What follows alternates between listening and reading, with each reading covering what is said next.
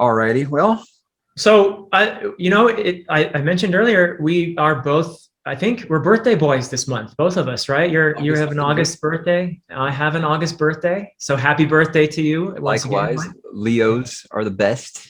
Yep, Hope you Leo, followed in that. fellow I hope you followed Leo. in that span since I just said that. I used to never pay attention to astrology, and then I actually looked some of the stuff up, and I was like, especially signs that you're not compatible with. I'm like, every ex-girlfriend I think I have. That's So funny. I'm not saying it's all accurate, but I'm not saying it's inaccurate. So anyway, Yeah. there's my Well, thoughts on astrology. the thing about Leos is, right, we're the best and we know it, right? There it is. There it is. Okay, I think that's a perfect part to actually use as a cold opening and go ahead and start this thing now, huh? All right. Busting people in with some astrology talk. That'll be something they weren't Yeah. ready for, right? I'm excited to see where this leads. This is gonna be funny. It's like going down a rabbit hole. All righty. I guess I gotta do like a intro thing. Oh, sipping the coffee. I like it. It's a fancy. That's a fancy mug. See, mine are always like a gimmick or something, but yours is like all fancy. Probably like postmodern 18th century or something like that. I don't know. It's actually it is a reprint of a wallpaper design made by William Morris, who was a 19th century designer, poet, lots of other things. He's the dude that I wrote my dissertation about, his translations of Old Norse sagas. So yeah. See, and mine's just from Twin Peaks, so I'm not quite as cultured. But when it comes to modern history, I'm up to it, especially when it comes to media. Well, Twin Peaks is pretty cultured too, I would say. I think so. At this point, it definitely is. Okay. All right. Distractions already. I love it.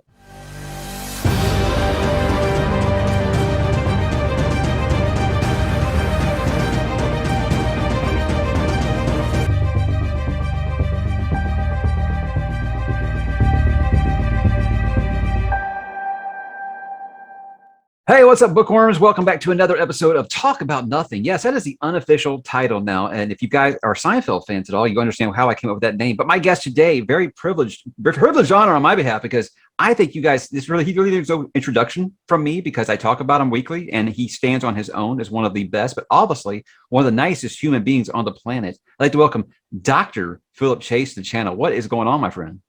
Hey, Mike, it's so wonderful to be here. And that was a very kind introduction, and I thank you for it. It's just, I love the series you started, the Talk About Nothing. It's very zen. That people are liking this because, like I said, I get so many people that are like anything over 20 minutes, and they start to freak out, about, it's just too long. Can you put timestamps in this? And I was like, for this, I was like, a podcast format where you have zero structure whatsoever, there's not going to be any timestamps, guys, because I don't know where the conversation is going to take us. So. But I will say that the discussion format is my favorite thing to do on YouTube. Yeah. It was something I said, I think we talked about this off the air, that it was something I wanted to kind of get more into this year, is because it's fun to do videos on your own, write, produce, direct, have all the creativity on your own, but it's also fun to have someone talking back sometimes. And, like I said, whenever you or I would have a video we do together, and then before or after we talk for like an hour about nothing. So I say, hey, I got the perfect guest for this format. So I'm going to see where this can take us. Guys, if you don't know, Philip is about to hit 10,000 subs, not a day too late. You guys are missing out if you aren't subbed yet. So I hope that you'll do that. And in fact, he's planning on doing like a party where he's going to do another gun show episode or something after he hits 10,000. I can't wait. I'm here for it. I don't know about the gun show, but yeah, I'm hoping to do a live stream, my very first live stream ever, if my channel hits 10,000 subs. So if that event does happen, it would be really cool. And I have no idea how they work. So I'm going to pick your brains, Mike, and ask if I can. I mean, the thing is, I can't even explain to my mom how to do copy and paste over the phone. So I'll see what I can do. I feel like she might be a little more tech savvy than she is, but we will see. But I would not assume the best place to start this conversation is to tell you. First off, guys, this isn't going to be any spoiler stuff, so you ain't got to worry about anything. We're going to talk about stuff we love, which I'm sure books are going to come up, guys. But we're not going to talk any spoilers. But I just want to tell Philip, because I know he was a little disappointed. I don't want to say disappointed. He was a little saddened by my reactions to book 4 of Malazan. Well, I can go ahead and tell you I finished book 5, and I am reinvigorated. I am very excited again. Unlike what before, August 1st was when we started to do the read-along for Midnight Tides, and I was kind of like, man, I don't know. Not again. But now I'm like, all right, I can't wait for October because Bone Hunters, I can't wait. So it's re-energized me. It's given me a lot more of what I want. And I think that Troll and Roulette are two of the coolest characters that he has created. Very, very. I am very, very gratified to hear that because I love Midnight Tides. I can never say which one of the 10 is like my favorite. People ask that a lot, and it's really an almost impossible question to answer. But I love Midnight Tides. First of all, and this isn't the part that you like, so it's cool that we can like the same book for different reasons. Erikson does that. I think he offers enough in every book that there are multiple reasons that people can enjoy the book. But my favorite parts were the T-Hole and Bug interactions, and that I know that wasn't necessarily working the best for you. I actually think the story is really good. I just wasn't. Yeah. Sorry, I'm sorry. I hate to sound like I said, the grumpy old man here, but Dick jokes be a long time ago. So the thing is, just wasn't landing for me. That's all. Yeah, well, I have a kind of a 12-year-old's humor, so I usually do too. So. Yeah. So, but I also do like the dad jokes a lot, and maybe that's why there's a few puns in there that I just kind of enjoy. But yeah, but it's cool because I do think the Sengar brothers, that line, my favorite storyline in the whole series so far. Yeah, it's which awesome. Is crazy because Troll did nothing for me in book 4, nothing at all. So, it was like Onrak and that other guy when I was reading book 4. Now I'm like, well, damn, I want to go back and read some of those parts again. And then there's the whole part about, on a reread. And I'm like, I ain't ever going to do that. But I get it. I do get it because I think, going back and reading, House of Change probably at the end of the series would be a completely different experience. And a lot of people told me that's the book in the series I think benefits the most on a reread. So yeah, I could see that, having been through it on my reread already.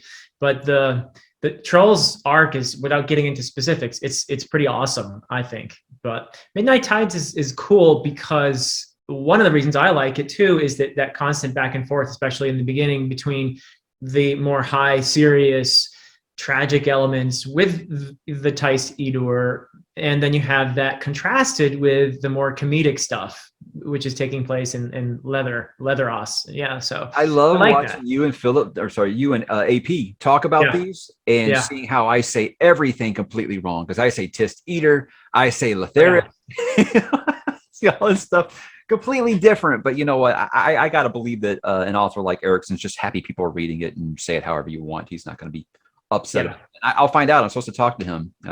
I don't know. We haven't actually scheduled anything, but we had planned to do a halfway point. So sweet. I'll be interested to hear about that. But I am very excited for that. I feel like me doing Malazan, you watching me do Malazan is like me watching you do Dark Tower.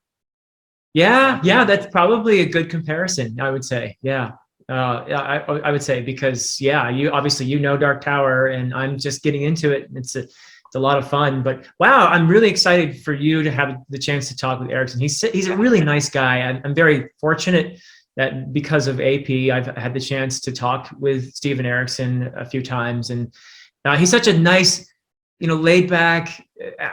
I hate to use stereotypes, but there's just this Canadian quality to how polite he is and nice, and it's great because I mentioned the first time I ever talked to him how I used to say, instead of Malazan, I would say Malazan, like a lot of other people, and he was so nice about it. And I explained to him how I figured out that, it's Malazan because Malaz is the island and it's the adjective form, like Rome, Roman. That's Malaz Island, and the book series is called Malazan. Sorry, I've said Malazan for like 20 years. I can't go back now. So and he's, you know what? He's fine with it. He's like, it's okay. Yeah. So all the audiobook people, they get mad when you say names wrong. And I was like, I really don't think the author cares. I mean, actually, the audiobooks, nobody had any of the Wheel of Time names right. He didn't care. People were reading this book. He didn't care. No, exactly. And the audiobooks, by the way, do not agree.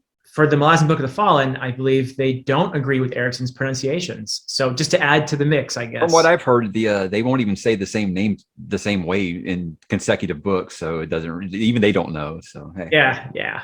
So there you go. So when are you picking back up on Dark Tower? You're on Wizard and Glass, right? Yeah, I'm on Wizard and Glass. I have some commitments. There's the Malazan stuff, which is, obviously I'm doing a lot with that. Time. Yeah. They're pretty big books, and I'm not only doing the Malazan Book of the Fallen with AP, but we're also doing Esslemont's series, Novels of the Malazan Empire. I actually would like to sort of try to sell you on that at some point. I know you're a busy now guy. that I'm excited on the upturn again, if you try to do it after House of Change, I've been like, fuck no way.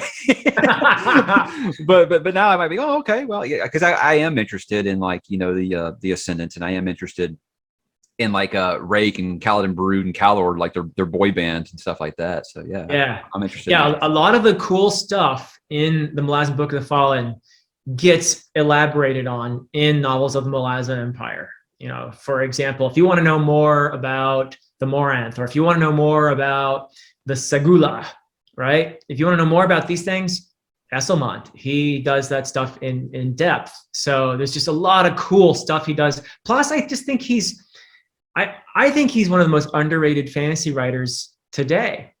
And I've had some people say if you don't like Erickson's writing style, that Esslemont might actually be more what you're looking for as a traditionalist. So. I actually think that's true. I think that they do have a lot of areas of commonality, but obviously they're two different writers with their own styles. And I think that Esslemont, it would be more accessible for a lot of people who are more well-read in traditional fantasy in some ways. Yeah. Although Esslemont does play around with tropes too, but yeah, I think so. I think that's probably, I would agree with that observation. I feel like I'd be more open to reading those than I would be to rereading the 10 books again. I feel like that. Yeah. I'd be more interested in fleshing out, you know, the history than I would be to just experience something again. Because I've got, like we always say, we're the elder statesmen here. I don't have as many years left as everybody else, and I'll never be able to read everything that I want. So there's just too much good stuff that I want to read that I don't know that I'll ever have time to get to say, you know what, I'm going to reread Wheel of Time or Malazan ever again in these humongous series. So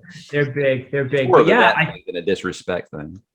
Yeah. Oh, of course. Yeah. But yeah, there's just so much great stuff out there. But yeah, if you were to make me decide to recommend which one would you do, a reread of the Malazan Book of the Fallen or read Novels of the Malazan Empire, I would say if you've already read the Malazan Book of the Fallen, go with Novels of the Malazan Empire, because that would be my recommendation actually. Although I mean, do both if you can, but yeah. Because I'll be like, nah, and then Philip will try to tell me. I'll be like, oh, okay, yeah, sure, I'll consider that. See, ever this helps me. Hey, speaking of that, because if your schedule is like it is now, with school starting back, you gonna be able to keep up that pace? Because I know when I went back to work, things really slowed down. I do carpool, and that gives me time to read. But I know that it's become really tough, because when I get a Malazan book, it's 2 to 3 weeks, you know, or one of those Sun Eater books that's super dense. It's 2 to 3 weeks. I'm like, okay, well, there goes most of my month, you know. So I try not to tie myself down to a schedule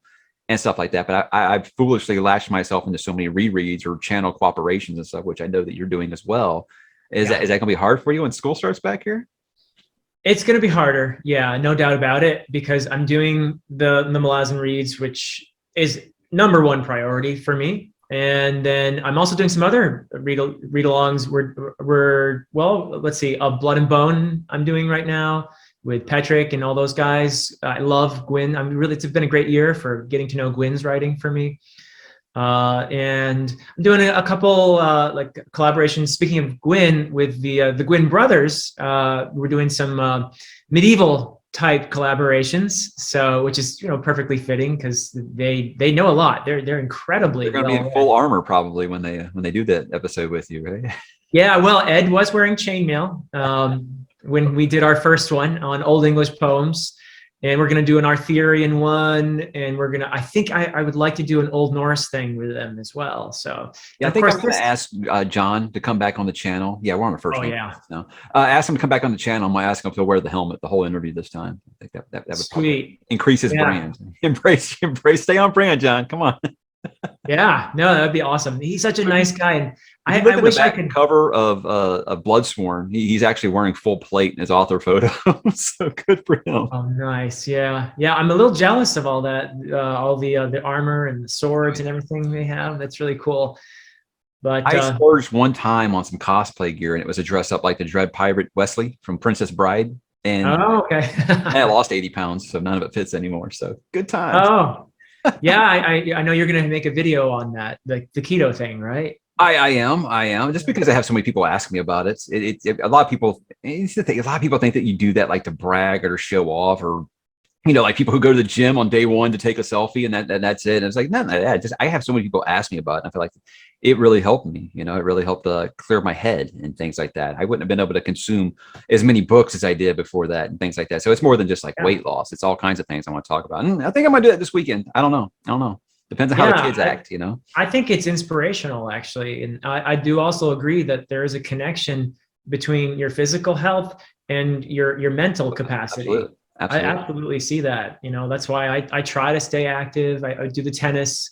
Once in a while, you'll hear me talk about playing tennis. And for me, even though that stuff takes time, I end up being more productive when I'm staying in shape. And, you know, it gets the, as you get older, that I'm the elder statesman here. So as you get older, there's this window, right, between too much exercise and not enough. And that window, as you get older, starts to shrink and shrink and shrink. So it gets a little trickier, but yeah, it's so important, I think. Yeah, we all saw the gun show picture. We know that you're taking care of yourself, man. Tennis, though, man, I just watch the guys playing tennis over here by the park, and I get tired just watching those guys. So I'm like, yeah, no, you gotta have some serious cardio. If you're playing the sport seriously, you are getting, like you said, it is some serious cardio. It makes you think about time. I remember when I used to watch Cypress and Agassi when they were having like some wars back in the days. It was always good things. And I'd just be like, Agassi, you bum! How could you not get back over there? Now I watch this, like, I don't think I could cut and run this way that fast in my prime. You know? So yeah, I guess I understood it a lot more once I actually got out there, like after high school, and tried it one time. And I think after about 2 rounds, I was just like sucking wind like a smoker or something. So yeah, it's tough. It's tough. I don't know who it was. I think it might have been McEnroe, but some tennis player who said something like, it's no longer the case that you play tennis to stay in shape. You have to stay in shape to play tennis. Right. That's an interesting McEnroe quote. I always think about, you cannot be serious. So. Yeah. Yeah. He's got quite a few. We used to play, there was this game on Sega Dreamcast. Am I really dating my age here? Sega Dreamcast. And it was called Virtua Tennis. It was like the coolest tennis game ever. And basically all we did was like quote John McEnroe the whole time. It was always just angry stuff. So yeah. Yeah. That was within the line, you know, so. Yeah, tennis. I didn't expect us to go to tennis talk. I was going to talk about golf next. I mean, I don't know. Do you play golf? Never. I play miniature putt-putt. Does that count? I mean, I play putt-putt with my kids, and I say if I ever get good at driving a ball, my short game in golf is going to be top-notch because I can putt-putt, son. Yeah, you just got to get the ball. I might be opposite of Happy Gilmore. I can putt, but I can't drive the ball. So. Okay. We have this thing out here. I don't know if this is nationwide or if it's just in Texas. We have this thing called Top Golf. You guys have this? I don't know what that is. They just have like 3 levels of a building with an open face, and you just go out there with like a football field length, and you just drive the ball as far as you can, and you pay by the hour. And people will do that just to go out there and see how far they can hit the ball. It's so like some people up on the 3rd floor doing this. Yeah. Oh, so it's like a driving range, but net, you know, out there at the end of the field, and yeah, people go out there and pay by the hour, but they serve alcohol and all kinds of stuff. I'm like, hey, nothing's going to go wrong here. No one's going to fall off the building or something. Oh no. That was the first time I tried it. I pretty much. Going to show my age here. Yeah, I pulled my back trying to drive the ball further than like 100 yards. So. Yeah. I mean, I've been to a driving range. It does wear on you if you do it for an hour. Yeah. No, I just stick with the stuff I know. I play baseball, so my kid's in fall ball right now, and I can help them with that stuff. You know. Good. Yeah. What position did you play in baseball? I was a pitcher. I was a pitcher because I couldn't play the field. I could hit, and I could have incredible accuracy, but I couldn't play the field for anything. I couldn't judge the ball well enough, so. They converted me to pitching, and that's why my arm is like jello these days because of in high school. I don't know what it is like now. I'm sure they have like things now. They have like restrictions and rules. Back then it was like, I don't care if you threw 8 innings yesterday. Go ahead and get out there and relieve for about 4 innings today. Yeah, that's what it was like back then. So permanent damage on my arm. Thanks, coach. So you were a pretty good batter then too, or because that's fairly unusual. Above average, what most pitchers were. I was above average, but you know, I don't want to get into like the glory days thing here. But you know, yeah. Oh, why not? Why not? I'll do that. Hey, I used to be in a band, you know, things like that. Wait, were you actually in a band? I sang, but I could never have.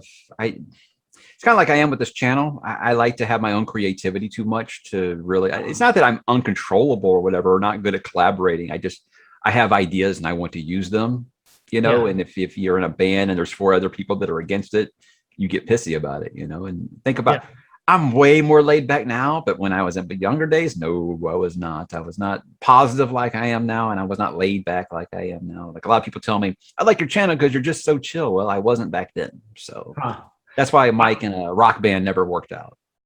But I'll tell you, it's a strength of your channel, your organizational skills. It's a real strength because, I mean, you've got those beautiful shelves. You take the time. It's obvious how much time you put into making a thumbnail and just all the details and everything. Not all of us do that. I for my thumbnail, I take a picture and I splash a little, lettering on there, and that's it. You probably put at least an hour into a thumbnail, I would guess. 5 minutes. I can tell you off air how I do this. It's just an app on my phone, and it's so easy. It's literally like just running your finger and blocking out the background and keeping yourself in the image. It's really easy. It's just not a free app. I mean, I don't want to give them free advertising. So yeah. I'll tell you off air if you want, but no, people think that. And it's like, that's one of the things that take the least amount of time. I think the thing that takes the most of the time on my channel is making those introductions for some of those videos. Oh yeah. Those, I mean, gosh. That's why sometimes I'm like, hey, even if you guys aren't into it, I'd appreciate if you'd watch that because I spent 4 hours on it. Yeah. No, those intros are legendary. They are like, I've said it in the comments many times, but every time you do one of those intros, I want to like jump up, go to the bookstore and buy the book because it's just inspiring. So people tell me that the one for Red Rising made them that like they weren't even into the video about why you should read Red Rising, and they bought it just after that introduction. That's when I was like, all right, you know what, I'm going to make this like a permanent thing on this channel, because it's like good advertisement for the book. Like I say, I always try to get the feeling of that's what I felt like when I was reading the book, so that's why I will take my time on that. And I will admit, sometimes I get a little too perfectionist on those. And I'll be like, for example, the Dune one. I mean, Dune, that's my book. And I was like, I'm saying the Litany of Fear and I am saying it right. I don't care how many takes it takes me to do this. I'm going to do it right. And my wife's in the next room, like laughing at me in here, like making sure that I get it right. And I'm like, hey, be quiet in there. I'm recording. But, just normal booktuber problems. But yeah, when you're a perfectionist, this can run into some time that you don't plan to do sometimes. And I tell myself, I don't care, but then I'll sit there and be like, no, I gotta listen to this whole 30-minute video because I know there was this one line where I said something stupid and I want to take it out. But you want to, well, I mean, it's true. I mean, some of the sort of behind the scenes talk, like before or after the recorded videos, I know a lot of people who do booktube. We had our chat earlier about running a booktube channel that was on my channel, and we talked about it. And I would be surprised if people spent 30 to 40 hours a week on their channels, and that's like a second job, So yeah, it's intense. It's a big commitment, and you do, like I said, it shows your organizational skills and those intros. And okay, thumbnails only take 5 minutes, but wow, they look good. And so you got a lot of stuff, all these components that go into it. And if you're answering, people's comments and you're on your Discord and all that stuff, that adds up. I think being in business school while I started this channel really helped me because I was minoring in marketing. And so I learned a lot of things there that I would never done. Like when I first started, I was like, I'm not going to use my face on these thumbnails because how us elder folks are. We're like, I don't get this obsession with selfies every 5 seconds. I don't understand. I don't understand. It's like, do you just need constant validation of someone telling you how pretty you are? I don't even understand. I was like, I understood that it's just something not from our generation. I got it. It's cool. And so I was not going to do it. But basically it was like, all right, well, I'll do a couple as like a test. And way better. So now I've got to put this on the front of everything. That's why I got to make sure that those backgrounds are awesome because this isn't pulling them in. The cool background and the voice is what's pulling them in. So I got to get them to click somehow, right? It's all pulling them in now. It's all working for you, man. So. I would say all, but it's doing okay. It's doing okay. I thought that 25,000 was my ceiling, so I've doubled that. Yeah, no, and then you said 50,000 is your ceiling, and a lot of people were like, "Oh, you say you don't care about the same, but you bring it up." Like, well, look, I am very goal oriented, and I do like to, like I said, I majored in marketing, so I want to look at things that provide growth and things like that. I look at the numbers, I study the data, I do all that stuff. It's just I'm analytical. I'm a very analytical person. I follow the data. I used to work in risk management. I know all these things that I put into the channel, so I think that's what really helped with a lot of things. So. That's why when people ask me for advice, I'm like, wow, I'll give it to you as what worked for me. I'm not necessarily saying it's going to work for you, but I definitely have no problems. I mean, I'm still pretty small beans compared to some of the big channels out there, you know? So I definitely don't think I've been there and done everything and seen everything, you know, but. No, but I think that's partly demographics, you know, and yeah, they see us and they're like, these old guys. Yeah, that's what I meant, but I wasn't going to say it Another quite Stephen like that. King. Why don't you talk about V.E. Schwab or something, bro? And I'm like, well, I mean, he's a very talented author. It's just, you know, it's not really the target demo for my audience, you know. So. Well, you got to follow your bliss, man. That's what you got to do. And so there's the authenticity as well as the organization, and that's working for you. So that's awesome. You know, it's obviously working. Yeah, if people want to know about like the best quotes from like a James Bond movie, come to me. If you want to know what like the actual things that go on in writing a book, Philip is definitely the guy for you. He'll be able to explain. So you're one we were talking about, you know, why read fantasy. And I was like, oh, you use like this great display with a actual like stuff backing up your conversation. And I'm just like, read fantasy because it's awesome. That's the difference between us right there. Well, you know, both messages need to get out there, I think. They do. So. And I appreciate you like basically what you do is you give it validity, because I feel like so many people, it's like heavy metal music or the horror genre. People just think it doesn't matter. You know, it's just one of the niche things nobody cares about or whatever.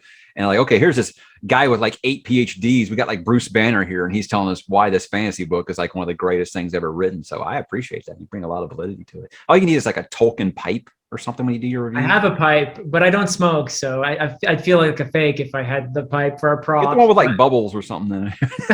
Yeah, I could do that. But yeah, no, the reason I started, one of the reasons, one I told you before, was that I just wanted to talk to people who love fantasy, but I also had this goal of, and it's out there too, I'm definitely not the only one doing it, but I wanted to explore fantasy in a critical way to show that it is worthy of critical analysis, because it is. There's a lot of really talented, great writers out there who are writing books that are helping people, you know, and are, you know, giving people that journey that we all look for, that gives us a chance to, you know, cope with our struggles. And it's just, you know, it does what literature does. Fantasy is literature, and there's some great fantasy and not good fantasy for that. But even it's okay, I think, if you read something just to be entertained. There is nothing wrong with reading just because you want to escape for a while. That is one of the functions of storytelling, and that is perfectly fine. So I don't like snobbery. I really dislike it when people say, oh, what you're reading is garbage, you should read this. And that to me is the stupidest thing you can do if you actually want someone to read something. Yeah. Absolutely. Like I get the reputation as a guy who like will make fun of like bully people who read YA. And I'm like, I don't know how that happened. I just said I'm not the target demographic for that. If it's working for you, that's awesome. But like, yeah, I read a couple of those Lee Bardugo books, and what a shock. It wasn't for me, you know? I mean, but I like to be, it's like when everybody was dunking on Twilight and they hadn't read it. They knew nothing about it except that everybody was making fun of it. So they just piled on. And I was like, all right, if I'm going to tease something, I'm going to use some data to back this up. And yeah, I read a book and a half of Twilight. I was like, wow, it feels like it's written by a 13-year-old girl in her journal, you know? So it wasn't for me. And I know that it wasn't for me. I was, you know, when was that popular? I guess I was in my late 20s. Yeah. Late 20s male. Yeah. Who knew that Twilight wasn't going to be for them, you know? So, right. But I do like, I feel like if you're going to dunk on something, you need to at least experience it to back it up. Like it's like people who would do like a movie review for a movie they'd never seen. What's the point of that? That makes no sense to me. That makes no sense to me at all. But that's a good principle. Yeah, I haven't read Twilight, but you know, I think that's a great principle. And there are a lot of authors though that I will sometimes, like I've read some YA stuff just to do something along with my daughters, you know, to read a book and have that little journey along with them. I read the Harry Potter books along with my daughters, and that was fun. That's great. So they have their purpose. And there are some authors that I really love who do have a more YA style. Like, for example, this probably will get me in a little trouble here, but I think I know what you're going to say. Brandon Sanderson? Brandon Sanderson, yeah. Thank you. I've been bringing this up a lot lately. I was like, a lot of things that people trash about YA, I was like, Brandon Sanderson does this, and you guys act like he hung the moon. And I like Sanderson. It's not an insult. I was just like, what is he doing that's above what other YA authors are doing, especially when he introduced a character like Lift into the Stormlight Archive? It's like, what is he doing that other YA authors aren't doing, guys? What, because he writes fast? I don't understand. And he is doing a great service to the fantasy genre because Absolutely. that guy is bringing in a lot of readers. Absolutely. Absolutely. So, and I absolutely, my hat's off to him. You know, he has my admiration, and he is a very talented, in my opinion, YA level writer. And I don't mean that ever as an insult either, by the way. I hope no one takes it that way. But what I tell people is like, I don't dislike YA. I just like YA tropes, like love triangles, wish fulfillment, things like that. It's like you can write good fantasies. I mean, Hobbit is like the ultimate freaking YA book, right? I mean, was my introduction to the genre. So I'm never going to be a person like, oh, well, all YA is trash. I got a little salty there around, I don't know, 2010 or so when I'd go into a bookstore and it was like sci-fi fantasies on a shelf this big. And then like paranormal teen romance YA is like 3 shelves. Yeah, I got a little salty about that. And I've admitted that. But you know what? In the end, I'm the type, like, I don't care what you're reading as long as you're reading, man. That's the goal for me. Yeah. For people to read, because there's so many, I'll just wait for the movie types these days, especially in the States, you know, where I just felt like people weren't reading anymore. And I get so many messages from people being like, hey, you reignited my love for reading and stuff. And that's what I started this to do. So I'm excited about that. Even if it's YA, guys, I encourage it. Absolutely. Yeah. So, I mean, there are some great series, like you've talked about Harry Potter on the channel before too. And I love Brandon Sanderson, you guys. It's like a top 10 author for me. So don't get salty. Same here. Don't get too mad at us. Have you read the Skyward books? No, I haven't. You have daughters, I believe, right? Yeah. Yeah, I've heard that that's really would be really cool thing for you to share with. I've had people tell me that, you know, father-daughters sharing Skyward was a really good thing. And then fathers and sons sharing the God, what were they called? Rithmast, I think. That's kind of what they've said about these things. But not that guys can't enjoy Skyward or that gals can't enjoy Rithmast. I'm saying that's what I've been told a lot. I've never read either series. I've never read anything non-Cosmere from Sanderson. So. Yes, I read. Well, of course, I've read the original Mistborn trilogy, and I've only read the first 3 books so far of Stormlight Archive. I still haven't gotten to Rhythm of War yet. And by the way, I read them with my younger daughter. That's awesome. Who was 12 at the time. So, and we had a great time, you know. We even made a video on comparing Mistborn and Stormlight Archive. I'm jealous. My oldest is 9 and he's still like, nah, you can just read it to me. You know, so he'll read like his Dogman books or something, but you know. Oh, I love Dogman. Yeah. Who doesn't, right? Yeah. The best American comic book going right now is Dogman, basically. And Captain Underpants. Of course, that's a little older. Both of those. I think there's a not Catman, Cat something now. They got like a spinoff of Dogman. So okay. Yeah, my daughter would probably know about that, but yeah. They got another one. Parent talk, guys. It's gonna happen. It's gonna happen occasionally. Oh, it's gotta happen. So do you think you'd ever have your kids in a video for the channel?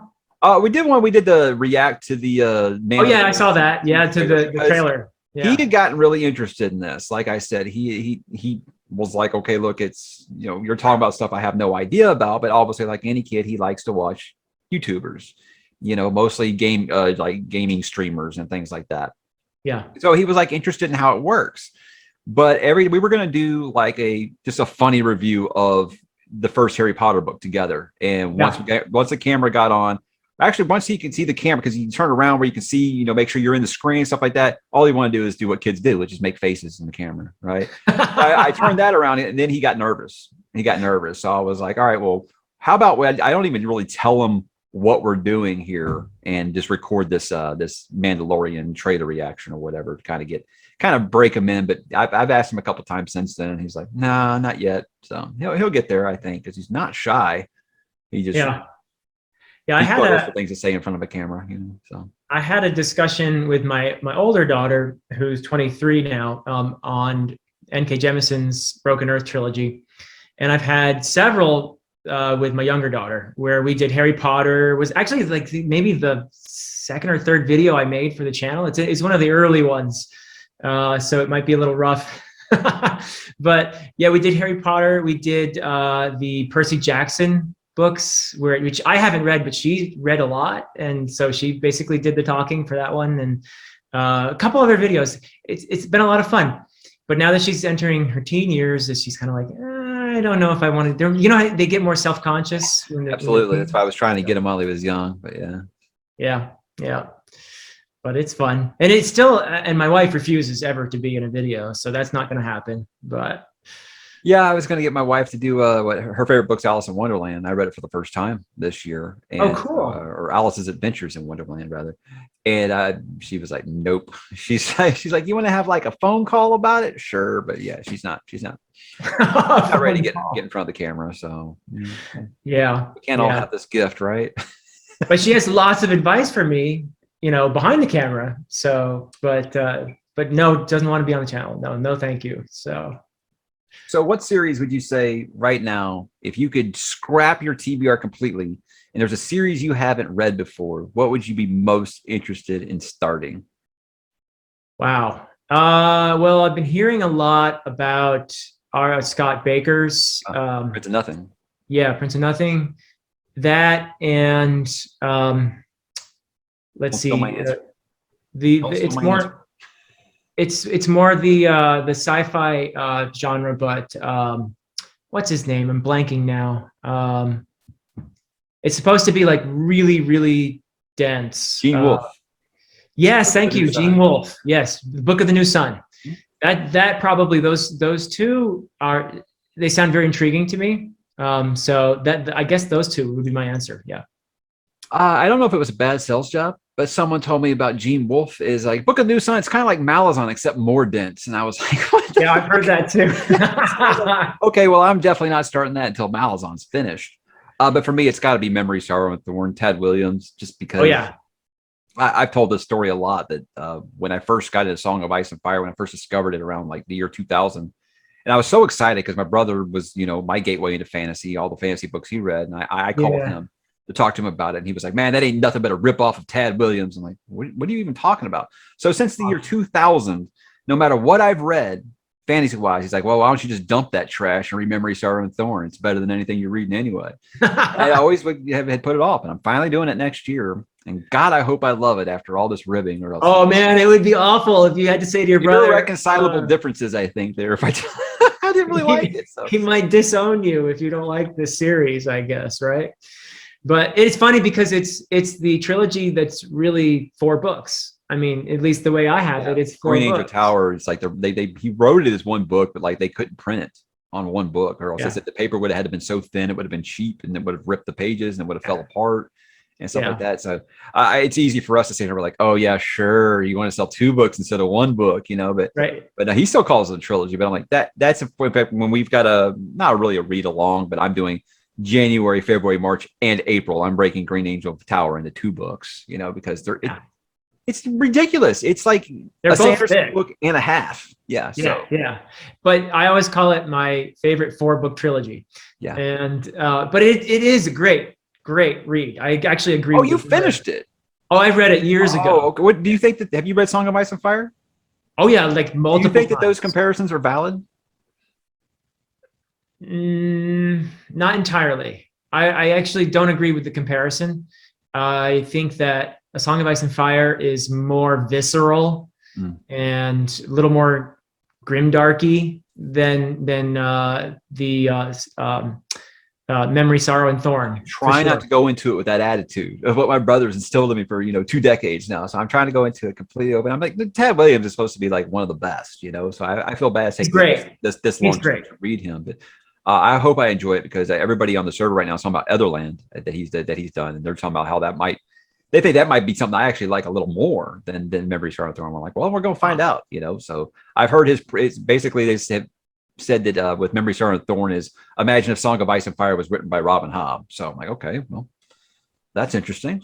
The prose is similar. The prose is a little more purple than what George R.R. does, but well, it's a little more classical fantasy like, and that's, I guess he was writing a similar time, a little before Hobb maybe. For me, Hobb is among the very best when it comes to prose, and Williams is great. He is definitely I admire his writing a lot. So I would definitely side with your brother though, and insofar as just like urging you to read it because it's great fantasy. It really is.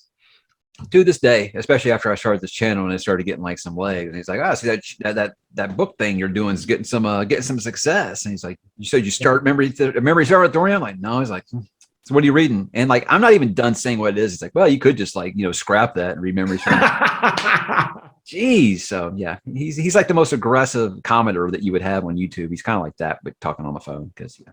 Nice. Well, what's he gonna harass you about once you read it though?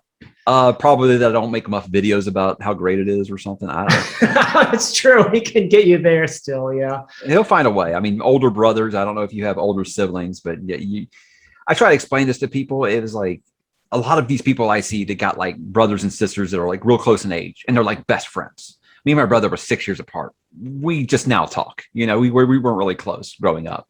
Yeah, so yeah. It's one of those things that no matter what you do, no matter how old you are, no matter how much success you have, you're always still just that idiot little brother. You know, so I'm 43 years old and he will still talk to me like I'm 6. So, so that's just one of those things, you know, that brothers do. So when they're not really close in age.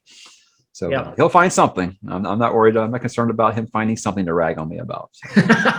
Yeah, I just got an older sister who's like really, really nice. Like she put up with me being a pain in her butt all those years. I was a bit of a mischievous. Can you believe that? I was a little bit of a mischievous younger brother. So yeah.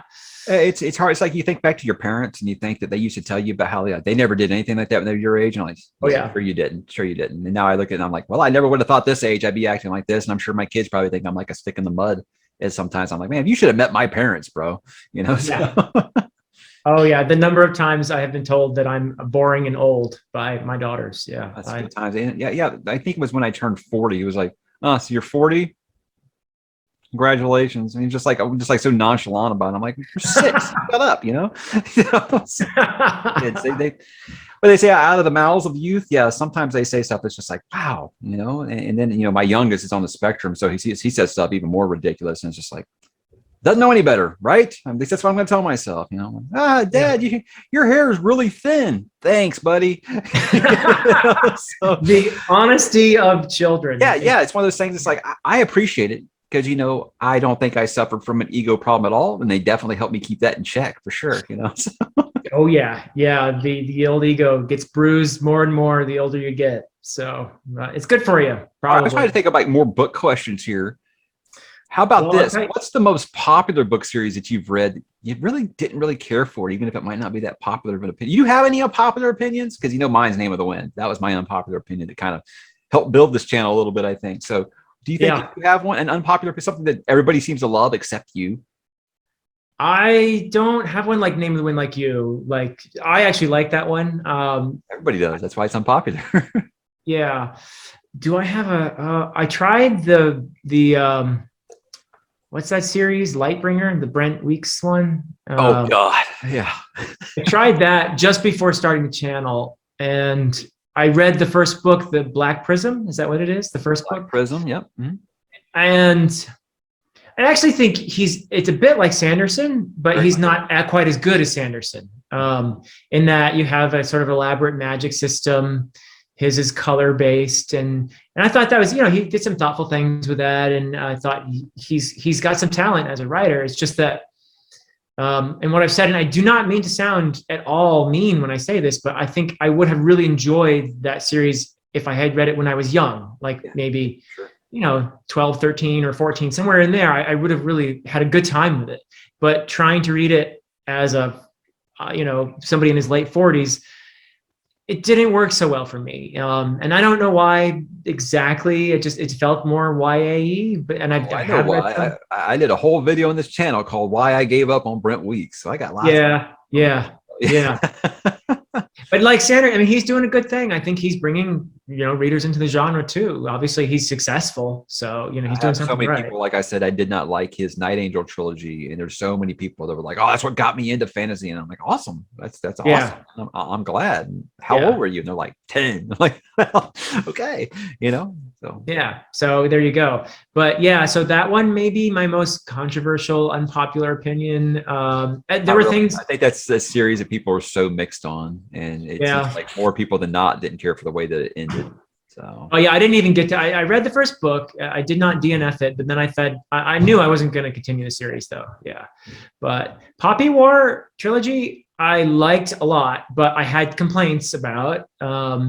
I know you're reading that now. You're in the middle of it, right? Yeah, I'm in the middle of book 2, which I like. I think that, you know, she's improving her character work. That was kind of my complaint to the first book, was like, okay, well, we've got a lot about Ren, but I don't know about any of these secondary characters. I mean, you see their name a few times, but I felt like, okay, first time author, she's trying to do something ambitious. I'm going to kind of let her slide a little bit, but I also feel like sometimes I don't feel like that can, you know, always be an excuse. Once you're like 3 or 4 books deep, are you going to be like, oh, well, they're still a first time author? Because I mean, like, I look at like Lycanius, people on Booktube like to dunk on that series so bad, and I'm like, I don't get it. That guy, yeah, he had some writing flaws and things like that, but I was like, what he did with his first series, Wheel of Time level ambition with that series was amazing, and I feel like people give it so much shit, but then they're like, oh, but Poppy War, that's amazing, and I'm like, I'm not done yet, but I'm going to take what Eilinton tried to do with Lycanius over something what Kwong's doing with Poppy War, just because I feel like there's so many of these secondary characters. I'm like, if I don't hear their name like a dozen times, I don't even remember who they are. So I don't know. But I'm liking the series for the most part. I'm liking how brutal and visceral it really is. You know, I'm a Grimdark guy. I'm for that. You know, I'm here for it for sure. But sometimes I wonder if there's something wrong with me.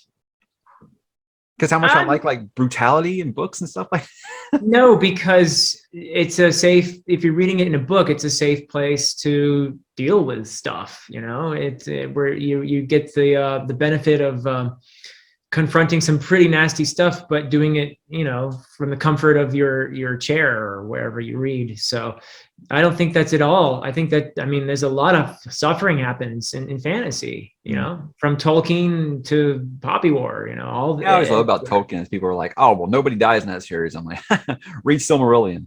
Yeah, exactly. That's the grown-up stuff there, people. And it, you know, death is something we have to confront, all of us. It's part of life. Yeah, and it matters unless you're reading a Malazan books, and it doesn't matter anymore. Oh, nice dig. Nice. I'm gonna get a message from AP on this one. Get a long email. You talked about the brothers Gwyn, so I feel like this is a good segue here. Not to jump the gun or whatever, but we're gonna be doing, like, me and you are gonna be doing a collaboration with them, talking about the first Law series, Joe Abercrombie. Yeah. And so I've got to ask, as someone who has my review copy of Wisdom of Crowds right now, how excited are you on a level of 1 to 10? How excited are you for the last book in Age of Madness? Because I feel like you said it's got a chance to be your favorite trilogy out of the whole thing, right? Yeah, well, first of all, I'm envious of you for not only having the arc, but you got, I believe, an interview with Abercrombie in Works. I'm going to be talking to Steven Erickson and Joe Abercrombie within like a couple of weeks of each other. So yeah, I feel very blessed. Very thankful. Okay, well, so I mean, I'm actually really happy for you for both of those. I'm really happy for you, and one day I hope to grow up and be able to talk to Joe Abercrombie too. But yeah, so that's just awesome, and I know that that's kind of like a dream come true for you. So absolutely, I think the only thing more would be like Stephen King, and he's the kind of guy who still uses like snail mail, so that would never happen, you know. But still, yeah, I think him and Pierce Brown that does Red Rising. When I met him at the book signing, he was just like the coolest guy. He took time to talk to every single person in line. He wasn't rushing anybody. He would just talk, and he would take pictures with people and stuff. He seemed like he was actually really enjoying it, and that's the kind of thing is like magnetic to me for an author. That's what drew me to John Gwynne, was how much he engaged with fans. I love stuff like that.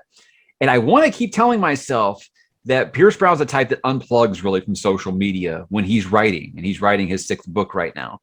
So I've sent him a few messages about, like, I'd love to have him on the channel. And we used to talk when I was on Twitter. We used to talk all the time. So I was like, I know he's not avoiding me, but I'm starting to get my feelings hurt a little bit. So, but I do know that it's not like he's going around doing anything else right now.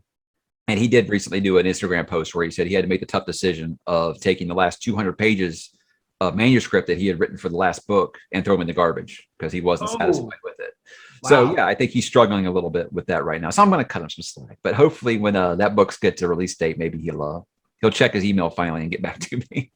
Yeah. Oh, I wish you luck on that too. But boy, Erickson, Abercrombie, yeah, it doesn't get better. Doesn't get better unless you could somehow resurrect Tolkien. You know? Yeah, well, I mean, then it would just be like I said. I make this all the time. It'd be like Chris Farley on SNL when he's talking to Paul McCartney. Hey, remember that time you were in the Beatles? Yeah, that was really cool. That would be if I talked to like Stephen King or Tolkien or something. It would just be like, You'd be able to keep your fanboying in check, I think. So that's true, I suppose. Yeah, but anyway, yeah. So Age of Madness. The first 2 books for me are the best Abercrombie yet. That is my opinion. And it's because, in addition to everything you expect from Abercrombie, that he does beautifully, like to me, he has the best humor in the genre. Mhm. He's got great action. Everybody talks about his characters and how vivid they are and how good he is with dialogue, because as you know, you can read a bit of dialogue and you know who's talking in an Abercrombie book. You know that character has that voice. And so they all have these distinct voices. He's just so good at all that stuff. And that's been from the beginning. But what I really love about Age of Madness so far is how he's also, and it's not that there are no themes in the earlier books, because they're there, like vengeance and that sort of thing, but he's really done, and I think, a subtle but effective job of incorporating some themes into Age of Madness, where, you know, you've got class warfare going on, and you've got, you know, some social aspects to it that weren't necessarily as highlighted in the earlier books. And he does that in a way that's, I'm saying it, and some people might think, oh, that sounds boring, but no, he does it in a really effective way where you don't even notice it. So I really like that. I like, as you know, I probably have talked about, you know, the types of books that I like the Malazan books. One of the reasons I like them is because of the skillful incorporation of themes in there. And so I think Abercrombie is just getting better and better with all the stuff I mentioned, but I also think he's done a little more with the thematic work in Age of Madness than prior to. I don't know what you think, but I know we missed some of the old guard, some of those beloved characters from the first trilogy, right? Well, I think that his strength is characters, obviously, like I've said. And as much as I like the characters in Age of Madness, this is like trying to replace Han, Luke, and Leia for me. I mean, when you talk about Jazal, you talk about Glokta, you talk about Logan, it's hard for me to accept these new, which I do. I love the new characters a lot. It's just, I mean, Glokta, I think, might be the most creative fantasy character I've ever read in my life. I would have never even just thought I would enjoy a character like that as much as I did. So yeah, it's more of a case of big shoes to fill. I do think he's better as a writer. Definitely seems like the story is much tighter this time. Yeah. I tell people a lot that first try to read First Slavery Blade itself, and they're like, dude, like nothing happened in this book, and I'm like, just wait for it, you know. Right. So with this, I feel like a lot of people will read A Little Hatred, be like, okay, this had lots of stuff that happened, and it had lots of theories and ideas to go forward with in the series that I want to know the answers to. Yeah. Blade itself, it's like you look at that as like one where you're like, if you're trying to read that as just like a standalone, it's pointless as reading Fellowship of the Ring, where it's like, no, you have to commit to reading the whole. Like I told people, well, if you read book 2 of the First Law trilogy and you still aren't liking it, well, it's probably not the series for you. But you've made it too far to go back at that point, you know. So like, well, if you're telling me that, then I might as well just go ahead and read all 3. I'm like, that's how I got you, to get you to read all 3 of them, you know. So, I definitely think that. Again, this is like comparing 2 awesome things. But for me, I will admit there might be some nostalgia just for how much that was my introduction to this style of fantasy. You know, I was not used to this kind of thing. So it's just really hard for me. Even if they made like out of nowhere, they made these 3 amazing Star Wars movies. It's still never going to be as good as those ones you grew up with, right? So yeah. Well, of course not. Yeah. Well, in that case, I think it's really true. I mean, the first 3 Star Wars movies are not just iconic, but they were. At the time, there was nothing like them. I saw the first one. That's the first movie I ever saw in a theater in 1977. And it was just, as a kid, seeing it changed my entire world. I mean, it was just like, wow. There was nothing like it. Like you said, there's nothing like it. Star Wars was just the thing. And then they made these movies in the late 90s that were, you know, not as good. I mean, if they hadn't had to live up to that legacy, maybe they wouldn't be as bad as we think. But that's the thing, though. You talk to people who like grew up with those movies; they love them. They don't understand when people like us say that they weren't that good. They don't get it. They don't get it at all. They think it's great. So yeah. And then the most recent ones, you know, kids like my daughter's age, you know, that's their introduction to my daughter, actually, I made her watch the old ones first, but for most kids that age, their introduction to the world is the most recent ones. Which and you know what? That's why Star Wars isn't clicking too much with this generation, because of that right there. That's why they prefer the MCU right there. Boom. Yeah. I mean, there was a lot, and as far as I could tell, I only watched each movie once, but I felt like we were just kind of trying to use the old formula without doing anything much new with it. And it was kind of lifeless in a way, wasn't it? It's like the first Shannara book. It's like something very familiar about this. Huh. Yeah. Yeah, Shannara. You said something about Joe Abercrombie about like his humor. Now I want to bring this back to Malazan like this. Okay. I think when you're in a world that just, I know that Stephen hates this. He hates it when I call Malazan grimdark. I know this. But it is one of the bleakest worlds I've ever seen in my life. Yes, characters try to do good things. So by definition, it's not grimdark, but I get that same feeling I do when I'm reading First Law about like, dude, you better watch your back or you're going to find a dagger in it at all times, you know, or, yeah. And I argue that Erickson takes it even farther with some of the like, what in the world do you think? Who hurt you? You know, with things like that. But I feel like Joe is able to land that humor in that kind of world. And it's not saying that Erickson can't handle it. It's just, I don't feel like I can accept that humor in that world because I feel like it is just a more screwed up world than even like, I know the Circle of the World is in First Law. So maybe that's it. I don't know. Maybe Joe just has a talent for this, for making me laugh at things. People who aren't familiar with Joe Abercrombie, they can just read some of that dialogue just out of nowhere. But that's the most cringe shit I've ever heard in my life, right? But you and me are chuckling. We're laughing at it, you know, because we're used to that world. So I don't know. Again, maybe that's some nostalgia, or I feel like a little bit of a, I don't feel like I can make authors compete with one another or anything like that. But I just like, well, Joe does it better, you know, kind of thing like that. Like when I read a coming of age story that people carry on about, and I'm like, well, Stephen King does it better. You know, I'm not going to deny that those things might happen sometimes. And I don't like to think that I gatekeep or anything like that, but I will feel protective over some things that I truly, truly adore, you know. So when someone says, oh, well, they did this better than Stephen King, I'm like, fuck out of here, you know. So, I mean, we're all guilty of that sometimes, or when you have some of these younger booktubers, you might relate to this one, not saying names, but when they basically, it feels like they're trying to talk themselves out of liking Tolkien, and I'm like, why are you doing this?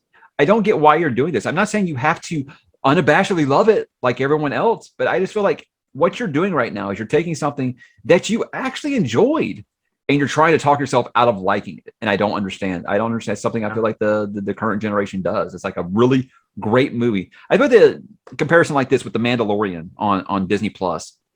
When I was still on Twitter, it would be like Friday nights or Fridays. I guess people watch it at midnight. I don't know. We're too old for stuff like that, but they would watch it at Friday. It would be just over the top praise for how amazing this episode of The Mandalorian was. And it was just the best thing since The Empire Strikes Back. It's just incredible. By Tuesday, it's like, actually, that episode had a lot of problems. Here's my column. And then by Thursday, it's like, well, if Mandalorian doesn't get better this week, I'm going to drop it.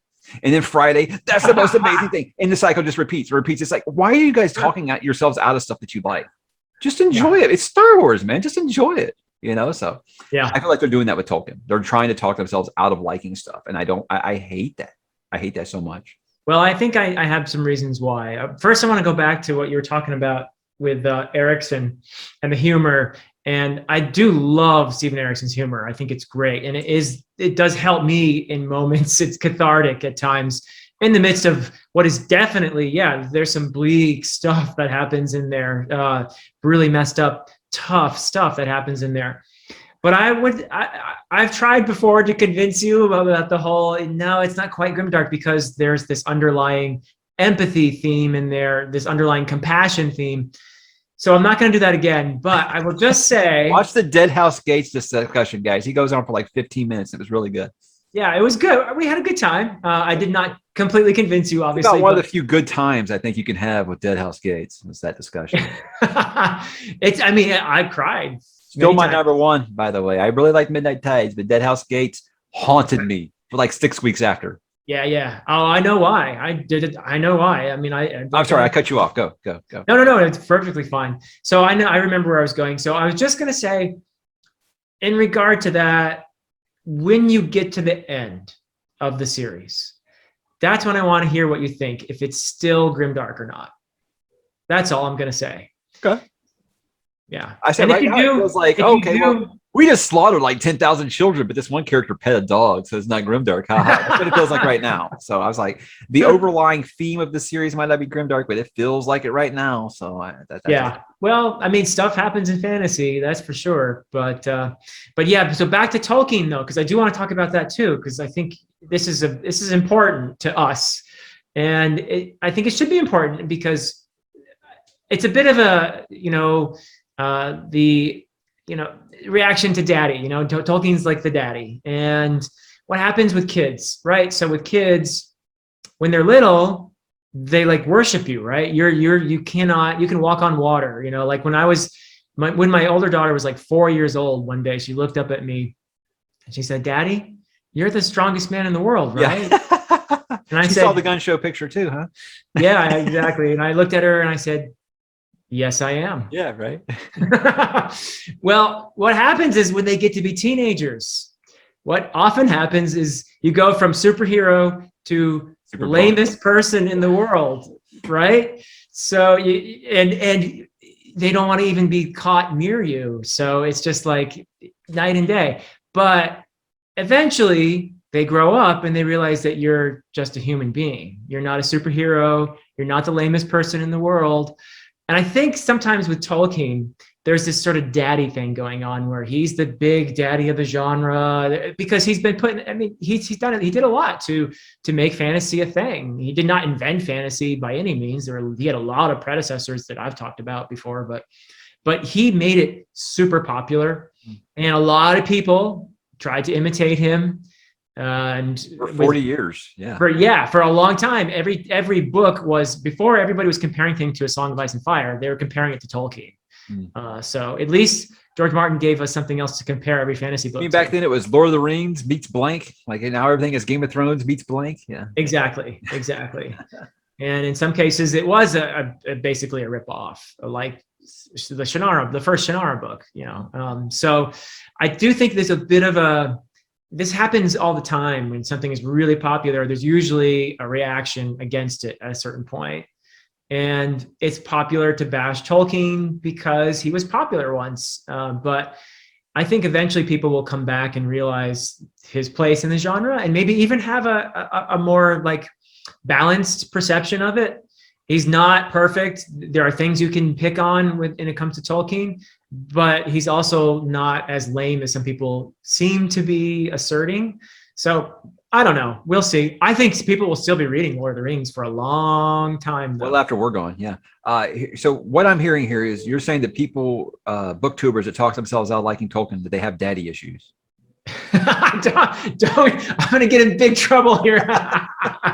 You guys heard it. I paraphrased, but he said it.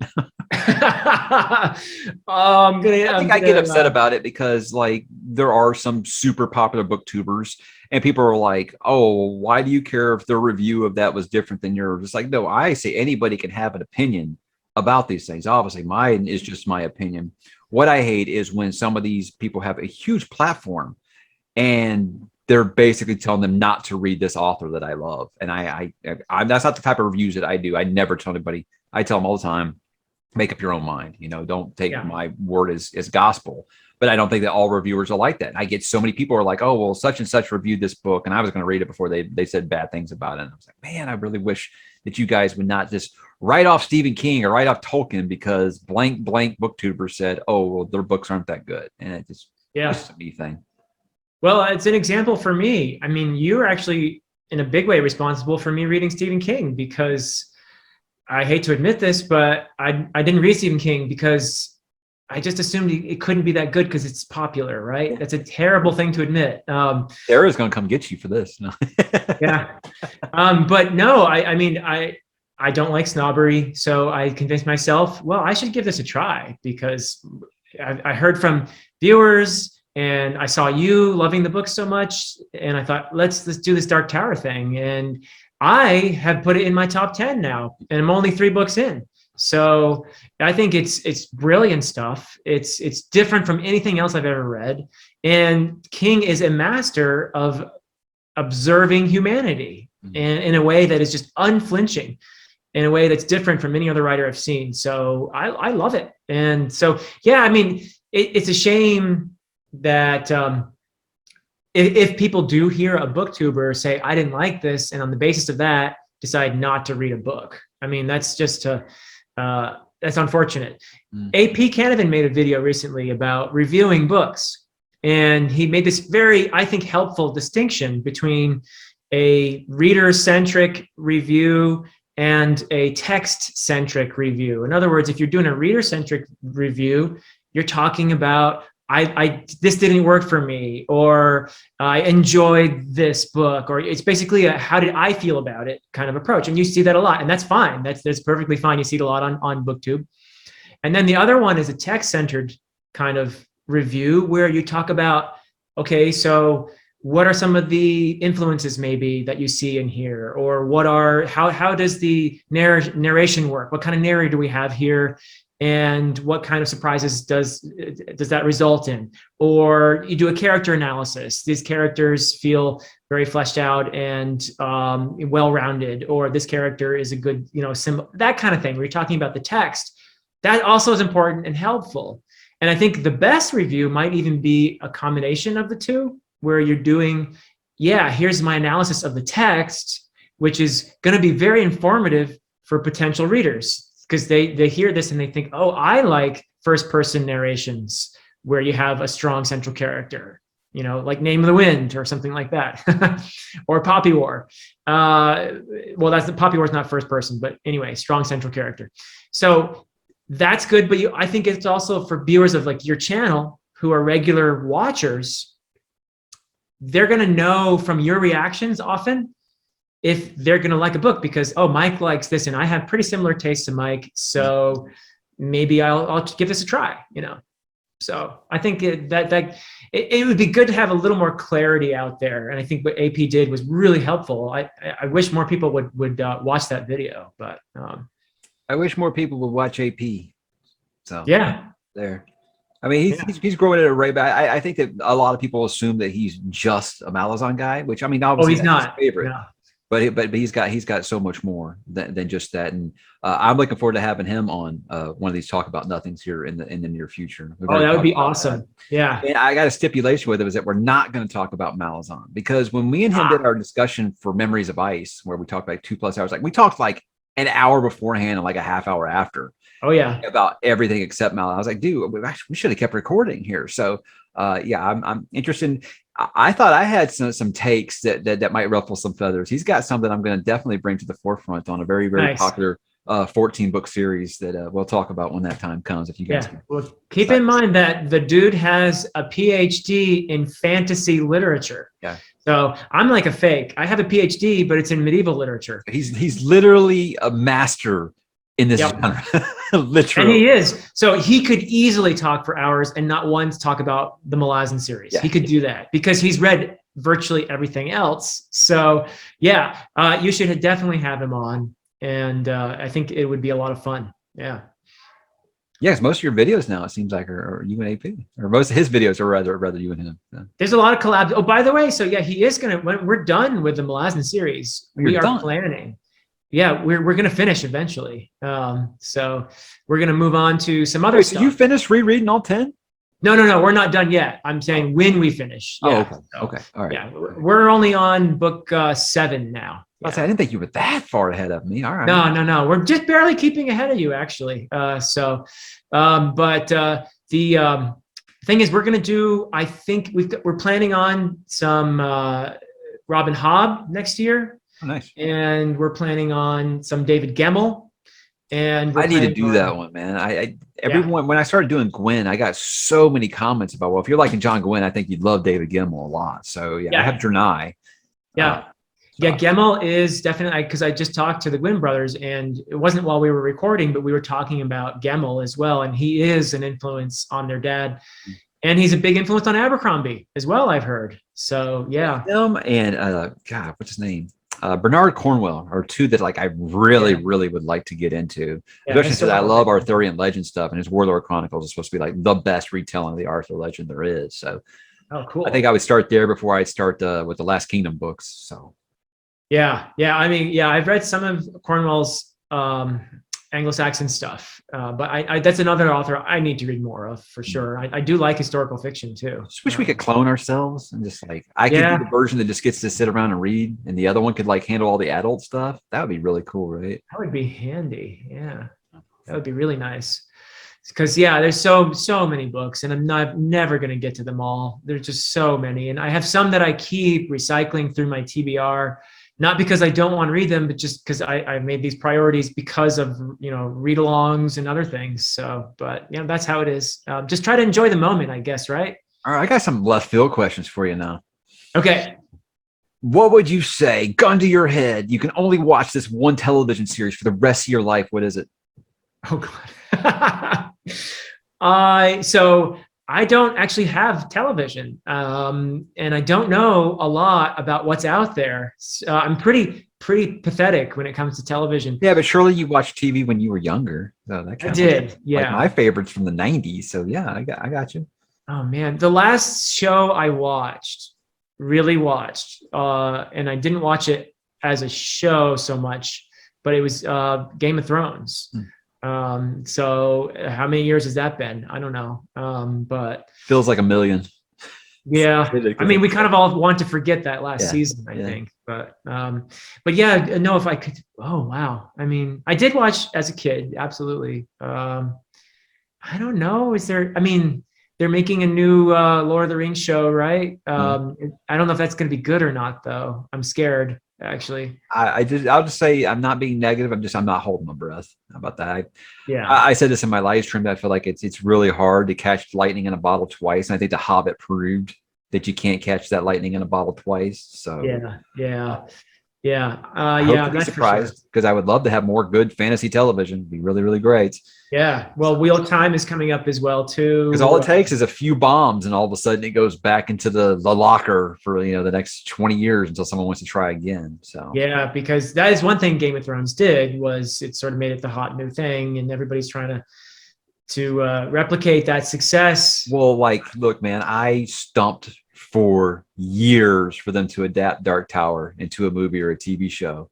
Yeah. And then we get something that's so bad that the IP is now poisoned, and then they will never make this. They even tried making a pilot on Amazon. They didn't even pick it up. So I was like, yeah, so I'd be careful. I did bad commercially, or do you think it was really a bad production? Because I haven't seen it. Yes. Everything about it was just bad. So here's the thing. I stumped for this for 15, 20 years for them to make a Dark Tower adaptation, and then I didn't even go see it. So just because I could tell it was not in the right hands at all. Wait, there was a movie and a television series, or after that movie, they just basically that didn't even happen, and Amazon had the streaming rights for it. So they actually recorded a pilot, and they were actually doing it in chronological order. So they were doing stuff from Wizard and Glass, which has Roland's flashback and his original okay, that makes sense, and all that stuff. So they were doing that way, and they recorded a pilot. It was supposed to be very big budget. It was looking good. Glenn Mazzara, that's the guy that did The Shield on FX, was running the show. He was very interested. He had a whole blueprint for where he wanted the show to go, how everything was going to be broken out into seasons or whatever. And they didn't pick the show up because the movie didn't do well. I don't know if that had anything to do with it. I just think they just thought that it just, hey, look, that movie did bad, so no one's going to be interested. I think it was one of those things. It was a financial decision where they were like, okay, this is going to be very expensive. And I don't hear a lot of people out there, banging the drum for a Dark Tower adaptation. It's still Dark Tower is not as popular. I mean, it's not even that it's super popular amongst King fans. It really, fantasy fans have been more interested in Dark. I mean, King will talk about this in some of his interviews sometimes, that he wish is like his constant reader fan base would read his Dark Tower books more, So it's not like, I mean, you look at Wheel of Time, they're huge fan base. So they knew that people were clamoring for that. I don't think they feel like anyone was clamoring for the Dark Tower. So I think that kind of played into it. And it's just a shame because it could be so good if they do it right. Yeah. Well, I wish the Wheel of Time folks all the success. I've read the series. I liked it. I read it a few years before I started the channel. And that's one of those series, like you said, like, do I want to reread 14, 15 books? Because if you include the prequel one. So, I mean, I do think I might reread Wheel of Time one day. I was even thinking when I retire and I got nothing to do, maybe. Yeah. I mean, it's fading from my memory a bit too, so that's what happens. But I do wish the folks who are excited for the TV series. I would love for the TV show to be great, but I'd be lying if I said there weren't some red flags here, because we're 2.5 months away from this, and we haven't even got a teaser trailer. But they're giving us release dates and photos and stuff of the Lord of the Rings show, which is coming out a year plus from now already. Yeah. So it's I don't know about this. Yeah, I saw the one thing with the actor with the wig and what didn't look like it looked like a sort of a business outfit on. And I think she was playing Moraine. Yeah. And that did not inspire confidence, I have to say. And that's what I'm saying. It's like, I don't think that they realize what they have on their hands here. You know, just as someone, like I said, I've done a lot in marketing, and I'm just like, I feel like this is being marketed all wrong. Because I was like, they think they assume that, oh, all the fans that like the show are going to watch it. Yeah. But you know what made Lord of the Rings huge is the people who hadn't read the books got interested in it, you know, because I was like, I'm not saying you have to cater to those people who don't, but I mean, I guarantee more people that watch Game of Thrones, they had never read the books that watched that show, you know. So like, yeah, sure. The people who've read it, they'll probably be there if they, I was like, Amazon Prime, you're already, it's not like you're Netflix. And say what you want about it or whatever. You don't have the huge lock, the stranglehold on this market that Netflix has. So Netflix, they didn't have to do a ton of marketing for The Witcher. People were going to give it a try because it's Netflix. They were going to try it. I feel like with this, you got to sell some people, and you need to be putting some trailers out. You need to be putting some pictures out. You need to be putting all kinds of stuff out and say, look at this production value. Look at what we're seeing. Don't just tell people, oh, well, yeah, we're spending $20 million per episode. Okay, show it to me. Show me something. Get some of these people on board that have no interest in reading that series. And I don't feel like they got to do that. We got that Lord of the Rings trailer a year before that movie came out, you know? So we were excited about it. So you got to give them more of a taste than just someone standing on a staircase. That's not doing anything for anybody, you know? So I feel like they're marketing it all wrong. I'll tell you what looks like they're marketing it well, that Dune movie. And I know you saw the first, 10 minutes or something? Saw 10 minutes plus a scene in the middle. Like was Denny B said, it was his favorite scene to film. So it was about a good 8-9 minute scene there. So seen about 20 minutes of the movie. So wow. Yeah, very. That's oh man. And like I said to people, I feel like people think, oh well, you're just such a fanboy. No matter what it was, you're gonna have good things to say. I was like, man, I'm different.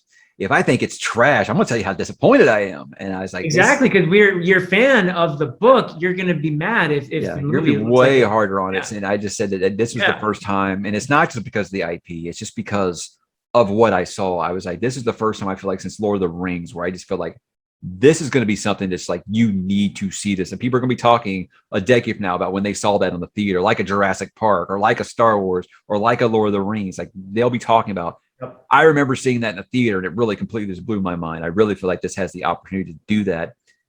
Wow. If, I mean, there's virus just shall not be named stuff. I'm really worried about it not really doing well at the box office, because of that. So because we can't. It'd be a shame. I've said forever. It was like, okay, the 84 movie had the budget, but they weren't true to the book. And then you have the Sci-Fi Channel one, which was really true to the book, but it didn't have the budget. Now it seems like we've got both, but it's only half the book. So it'd be my luck that we get this really amazing, faithful adaptation, and we don't get the second half of it. Oh no! Because nobody sees it. So wow, we'll find out. Well, it's exciting, and of course, I'm going to be reading Dune pretty soon, rereading it because I read it probably 20 years ago, at least 20 years ago, maybe more, maybe actually 30 years ago. Probably. Well, I look forward to that coverage because I'm sure you'll pull out things. Even this will be my 13th time I've read it in September, 13th time, and I said I still pick out new stuff every time I read it. So. Knowing how much more into themes you get than I do, I think that those videos would be quite interesting. And good luck keeping them under 20 minutes. Yeah. Oh no. You might want to do like a book 1, book 2, book 3 kind of thing with doing is it separates them in books like Erickson does. That would be my recommendation. Absolutely, and of course, that Dune is a big inspiration for Erickson too. Among others. I've said about what AP was talking about Guardians of the Moon recently. I was saying that's why I think I like Guardians of the Moon a lot more than people might read along, because I was like the structure was very Dune. I like that quite a bit. Well, I'm excited for it, and if it's possible to see it in theaters, I want to see it in the theater when it comes out. And what is it? October the 22nd. Okay. I'm hoping that I was such a good patron for them on this preview that they might say, hey, well, if you want to come cover the press showing of this, that's what I'm hopeful for, but I'm not holding my breath. But yes, I will be seeing it on IMAX, the biggest, loudest screen possible, because I am never that person who's like, I'm not going to lie. The on-demand stuff is great for me. I don't like going to the theater very much anymore because everybody's loud. Everybody's looking at their phone. There's always some problem at the theater. They've let the light on. The sound's messed up. There's a speaker busted, something like that. There's always some problem. or mostly just because, people are loud, but with something like that, that's something I'm going to like. What we saw on that IMAX screen, I was like, there is so much happening on the screen. And I feel like if you see this, it's like on a 16:9 on your television screen, it's going to feel like you're missing something. So yes, I encourage folks, if you're scared of the virus that shall not be named, get a hazmat suit and get out there and go see it, or still suit. It's Dune. Get a still suit and go out there and please see it, because we're going to deserve to see the second half of this movie. Yeah. Oh, yeah. And someone please explain to me why people do that at movie theaters. Why, if you pay money for a ticket, are you going to take out your phone and text people? I used to say this when Game of Thrones was super popular, and I was like, people were on Twitter talking about how like they don't understand what happened here. I'm like, well, because you were live tweeting the whole time instead of paying attention. Why is it so hard for you guys? So it's like, yeah, something like Dune, you've got to pay attention. And obviously, like you hear the complaints the same about The Witcher season 1. Oh, I didn't understand it because the way that the narrative. Well, if you pay attention, it was very easy to understand. You weren't paying attention because you felt like you had to tweet your experience. And it's like with the selfie thing. It's just something I'll never understand. I don't think our guard will understand this at all. And it's something popular. They want to be a part of it. They want to be a part of the conversation. I assume, just kind of like how every MCU movie is the greatest movie of all time, so people just want to be a part of it, I think. So, but me, it's like, I paid to see this movie too, and I don't want to see your phone down here while I'm trying to watch the movie screen. So. I'm with you, because when I'm watching a movie, I'm totally engaged and absorbed. I can't talk to people. I don't want to, be distracted. I want to be immersed. And when somebody takes their phone out and shines their light in my face, that breaks the immersion in a big way. And I can't do that with anything though. Like when I'm going to read blank number of pages today, I leave my phone somewhere else because it's distraction, So I hear all the time about people are like, oh, I tried to watch that show, but after like a couple minutes, I found what I was doing was scrolling on my phone. Well, that's why you didn't enjoy the show, because you were scrolling on your phone the whole time. It's like, I know everybody thinks that they can, like my wife thinks that she can play her iPad games and watch TV with me at the same time. And I'm like, okay, well, don't be asking me what happened when you're like, I don't get it, so. Yeah. Well, so do you think that's what it is? It's the addiction. It's the addiction factor. They can't go without their phones for more than 10 minutes. Here we are talking about these darn kids, but I think we have addictions to things like this every bit as much. I check my YouTube studio constantly. I check my Instagram, make sure my marketing is well and things like that. I do these things every bit as much as some of these other people. So I'm definitely not saying I'm above it, but I think that would, among other things, was a reason why I was like, okay, I need to take a step back from social media. I left Twitter. Facebook is just a photo album for my kids now. Yeah. And Instagram is just a marketing tool. So basically I just use like the Discord, because I feel like that is also not only, building friendships, because I do consider several people that I talk to in my Discord now, people that I would call friends, but absolutely. Yeah. But I also feel like that's also, part of the message of my channel is, friendliness and being positive and engagement and stuff. So I like to talk to those people on my Discord and stuff like that. Yeah. Oh, it's a positive community you've built. I've said it many times, but I don't think it hurts to repeat it. You've really done a great job with that. So thank you. I think we all appreciate that. We really appreciate that. Can we go back to the Dark Tower movie for a bit though? Sure. Because I'm curious about it and I wonder what went wrong. Was it? Here's what I think they did is they had the executive that wrote this movie. They took the box set, all 7 books. Okay, all 7 books, Dark Tower, and they turned around and they read the back of what the series is about. They said, let's go make a movie. Because there's parts from book 1, there's parts from book 3, and there's parts from book 7. In one movie. In this movie that is supposed to be based on the gunslinger. Yes. So there's stuff from 1 and 2 and 7. Wow. So they did the opposite of what they did to the Hobbit movie, which is they made 3 movies out of 1 book, which was a big mistake. Huh. Yeah. And then there's also a theme that they tried to say that they were doing, which you have to finish the series before I can tell you what it is. Okay. So, and it was like, no, you didn't. You just wanted to say you wanted to do whatever you wanted. So, yeah. Huh. All right. Wait, so that's it. It was just that sounds like a pretty serious flaw to me. That and there are other things that are way more controversial that I don't like to get into. So. Oh, okay. Yeah. Sorry, I didn't know that. And I thought that Matthew McConaughey was awful. He was just awful in that movie, which is crazy because when he got, I was like, hey, it's pretty good, Randall Flagg. I could see that. Yeah, definitely. And well, he's an actor where I feel like when he's playing Matthew McConaughey, he's really good. Yeah.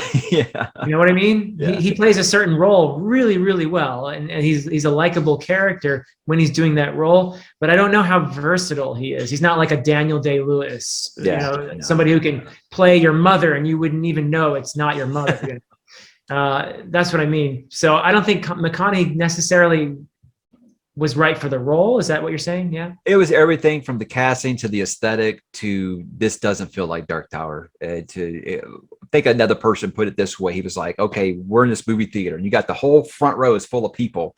And this person on this end has read Dark Tower. He tells the person next to him what Dark Tower is about. They tell that person, they tell that person, they tell that person. And by the time you get to the end of the 20th seat, that's the movie they made. So it's like things like, oh, okay, yeah, I can see some Dark Tower in here if I, squint and look real hard. Okay. Well, I didn't mean to make you relive some traumatic. No, because like I said, when I first heard about, first of all, I don't trust Sony as a studio. Sony makes awful movies. So I didn't trust them with the rights to it. And everybody's like, well, Stephen King approved of it. I was like, look, ever since Stephen King criticized the Kubrick Shining, people have been giving him shit about that for 40 years. So now any adaptation that comes out, he's like, oh, I love it. I think it's great because he doesn't want to hear that crap anymore. So that's my opinion. Yeah. Well, hey, I actually watched a movie in a theater recently. Oh, yeah? Yeah. The Green Knight. Have you seen that one yet? I have not seen it yet, but I did like your thoughts. Here's the thing is I feel like a lot of people, the reaction I've gotten on my Discord without you saying what you thought about it yet is that they were saying it wasn't what they thought they were getting with the trailer. And I was like, well, look, I read this in high school. It's been a long time. And I was like, and if you know the subject matter at all, this isn't Lord of the Rings, guys. You're not going to be seeing, the Battle of Pelennor Fields here. It's not going to be happening. I wasn't expecting anything like that. I haven't seen it yet, but I have a history with A24, the studio that makes it, where I either love their movies or I can't stand them, because I'm not real high on the, it's art, it's not filmmaking, it's art. I'm not, I don't think I'm distinguished enough. I don't wear the tweed jacket. I'm not distinguished enough for this yet. So I think maybe that might be part of it, but I think I would go into that with curbed expectations and knowing the source material. So I think where someone who knows nothing about it and they only saw that trailer, again, this is a guess because I haven't seen it, but I feel like maybe that trailer didn't sell the movie exactly to what it is. Would you agree? I don't know. I'm not sure I agree with that, but I will say that. So I obviously teach the original, the Sir Gawain and the Green Knight is something I teach every semester, and I love the poem. And I talked about it obviously on my channel. I did a little thing on Sir Gawain and the Green Knight for anyone who wants to, hear about the original. And I'm not going to say a ton about the movie because I am actually going to be in a discussion about it probably this coming week, but soon anyway with some other people. But I will say that I would encourage you to go in exactly the way you described. Having read the poem is probably a good idea, and it's not a long poem, so you could read it in an afternoon easily, and read it in translation because that's a very difficult dialect of Middle English. So you won't be able to read it in Middle English, but read it in translation, and then go into the film with exactly the expectations that you described, especially for you, Mike, because this might be one of their more artsy movies, I would say. But for me, I really enjoyed it. I actually thought, just briefly, they did a good job of replicating some of the themes while doing something pretty different in some ways from the original poem. So I think not going into it expecting an action film is probably a good idea. No. Yeah, don't expect an action film. Do not expect an action film, and you'll be probably better off. Yeah. No, I mean, I have like A24 really is popular for their horror content. And I've had arguments with some of my horror friends who absolutely hate some of the movies they make that I like Hereditary, which is a very thought-provoking kind of movie, or Midsummer. Movies that the casual horror fans are like, that's garbage. How do you like that? And I'm like, I don't know. Maybe I do like some artsy films sometimes. So I don't say I'm above it. It's just I'm not I'm never the one who's like, oh, well, you just didn't understand because you're not distinguished enough, you know. So maybe that's just me. I don't know. Yeah. But I also don't speak Gaelic on my channel like you do. So yeah. Well, you know, I mean, that sort of sexes up the channel a little bit. I'm just waiting for your translation of Beowulf before I decide to reread it. You know, I mean, I've got Tolkien's translation, but I'm waiting for the Philip Chase translation. I have translated portions of Beowulf. Are you serious? Oh yeah, definitely. Yeah, I've done actually quite a bit of translating of Old English into Modern English. So I did for my master's thesis. I did a translation of the Old English poem "The Wanderer," an edition and a translation, and I wrote my thesis about the oral formulaic underpinnings of the poem. So that was what I did for my master's. And then for my PhD dissertation, I wrote about that William Morris chap that I mentioned before, who did the wallpapers. But he did translations of not only Old Norse and Icelandic sagas, but he also translated Beowulf. And so I did a lot on that as well. So yeah, so that's definitely a thing. And recently, actually, it's something I'm going to be having a video about on the channel.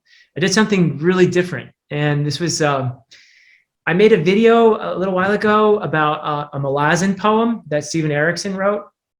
And in the video, I compared it to an Old English poem. And Erickson just made this, comment like, wow, it'd be cool if you could translate the opening poem to the series. So in Gardens of the Moon, there's this prefatory poem that's before anything. And he said, it'd be cool if you could translate that into Old English. So when your favorite author says, hey, it would be cool if you could do this, you're like, yeah, okay, yeah, I'm going to do that. So I took some time to translate his poem into Old English, and I'm going to have a video about it on the channel at some point. But yeah, I'm done with the translation. I even consulted a professor at Princeton University, an expert on Old English and Old Norse, and just to make sure my translation was up to snuff. So, and I'm excited. It was fun. I mean, I guess that says something about me, that I enjoy translating. It's not something you normally do, is translate modern English into Old English. There aren't a lot of people. The other way around, yeah. There aren't a lot of people who can do that, or who would be stupid enough to try. That brings me to 2 points here, because I wanted to ask you something else about Beowulf here. Sure. But, first off, in regard to those poems in Malazan, there's got lots of arguments about this on the server. Oh, okay. We're doing the read along here, and it's not our people skipping them, though. It's not that. It was that we were like, that's why I had to create like a noobs only thread for Malazan, because in these channel reading threads, great idea, is people would post stuff that was blatant spoilers. I'm like, what are you doing? Why are you posting it? Like, oh, well, it's not a spoiler because if you decipher the poem, it's in there. And I'm like, oh, no, it doesn't work like that, my guy. Because yeah, sure, I'm sure you could probably go back to the first 5 books, read some of those poems, and like, hey, yeah, he told you right here what was going to happen. If you got through the cryptic, stuff in there, you might actually figure that out. But that started a lot of arguments on the server there. But interesting. How do you feel about people skipping those poems? Do you feel like I feel when people skip the songs in Tolkien? Yes. I mean, look, you're missing a part. I mean, I'm not going to tell you have to read them, obviously, sure, but you're missing a part of the experience. And so the first video I made on why you should read Malazan poems, I actually tried before I started interpreting the poem, which is from the Bone Hunters. I actually made a little bit of a pitch, to tell people, well, here's what you can get out of it. I hope I didn't come across as, oh, you should not skip the poem. Fine, if you skip them, I have no problem with that. And but I do think you are missing some of the experience, because they are epigraphs. And the purpose of an epigraph is to clue you in to something important that's going to happen in the chapter that follows. So, and what I actually do is I'll read the poem, or the other things can be epigraphs too, but the little excerpt, whatever it is, and then I'll read the chapter, and then I go back and I look at it again, the poem or whatever the epigraph is, and then I'm like, oh, that's what he's doing there. Or so you make these connections.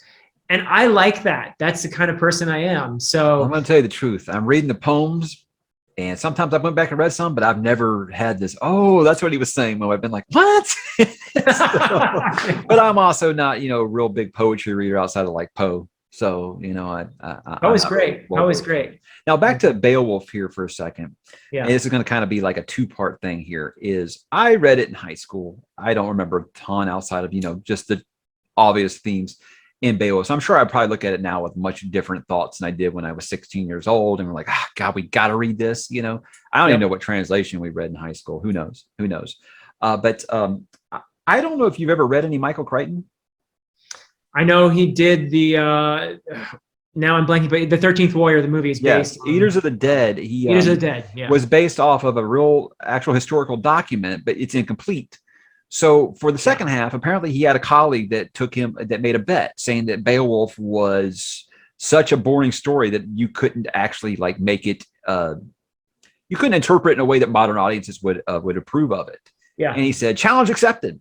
So he took this historical document, wrote it into Beowulf, and he put it in that whole, basically it was a retelling of Beowulf. So I'd be interested in someone like you who obviously knows this text inside and out would read Eaters of the Dead, which you could read in a day. It's 300 pages. And I'd see what you thought about it. If you thought it was very faithful, because it has me interested enough on this reread that we did to read Beowulf again. That's why I got that Tolkien translation, because it's Tolkien for one, and I can't think of anyone I'd rather have translating my stuff outside of Philip Chase, apparently. So so I have some thoughts on that. No, I have not read Eaters of the Dead, but I did see the 13th Warrior, the movie with Antonio Banderas. Yeah. Did you get Beowulf out of that? Oh yeah. It's very obvious where the Beowulf components are there, and also yes, there is a manuscript. Actually, this really happened. There was an Arab traveler who went all the way up to Scandinavia. And he described his travels and his experiences. And he's one of the sources we have for what a Viking ship funeral looks like. Yeah. And it's pretty gruesome. Involving, not just animal sacrifice, but human sacrifice, and throwing all that onto the boat, this burning boat with, treasure and everything else. So it's quite an experience. So I think what Crichton did was he combined that travel narrative with Beowulf. So and I could see that in the film for sure.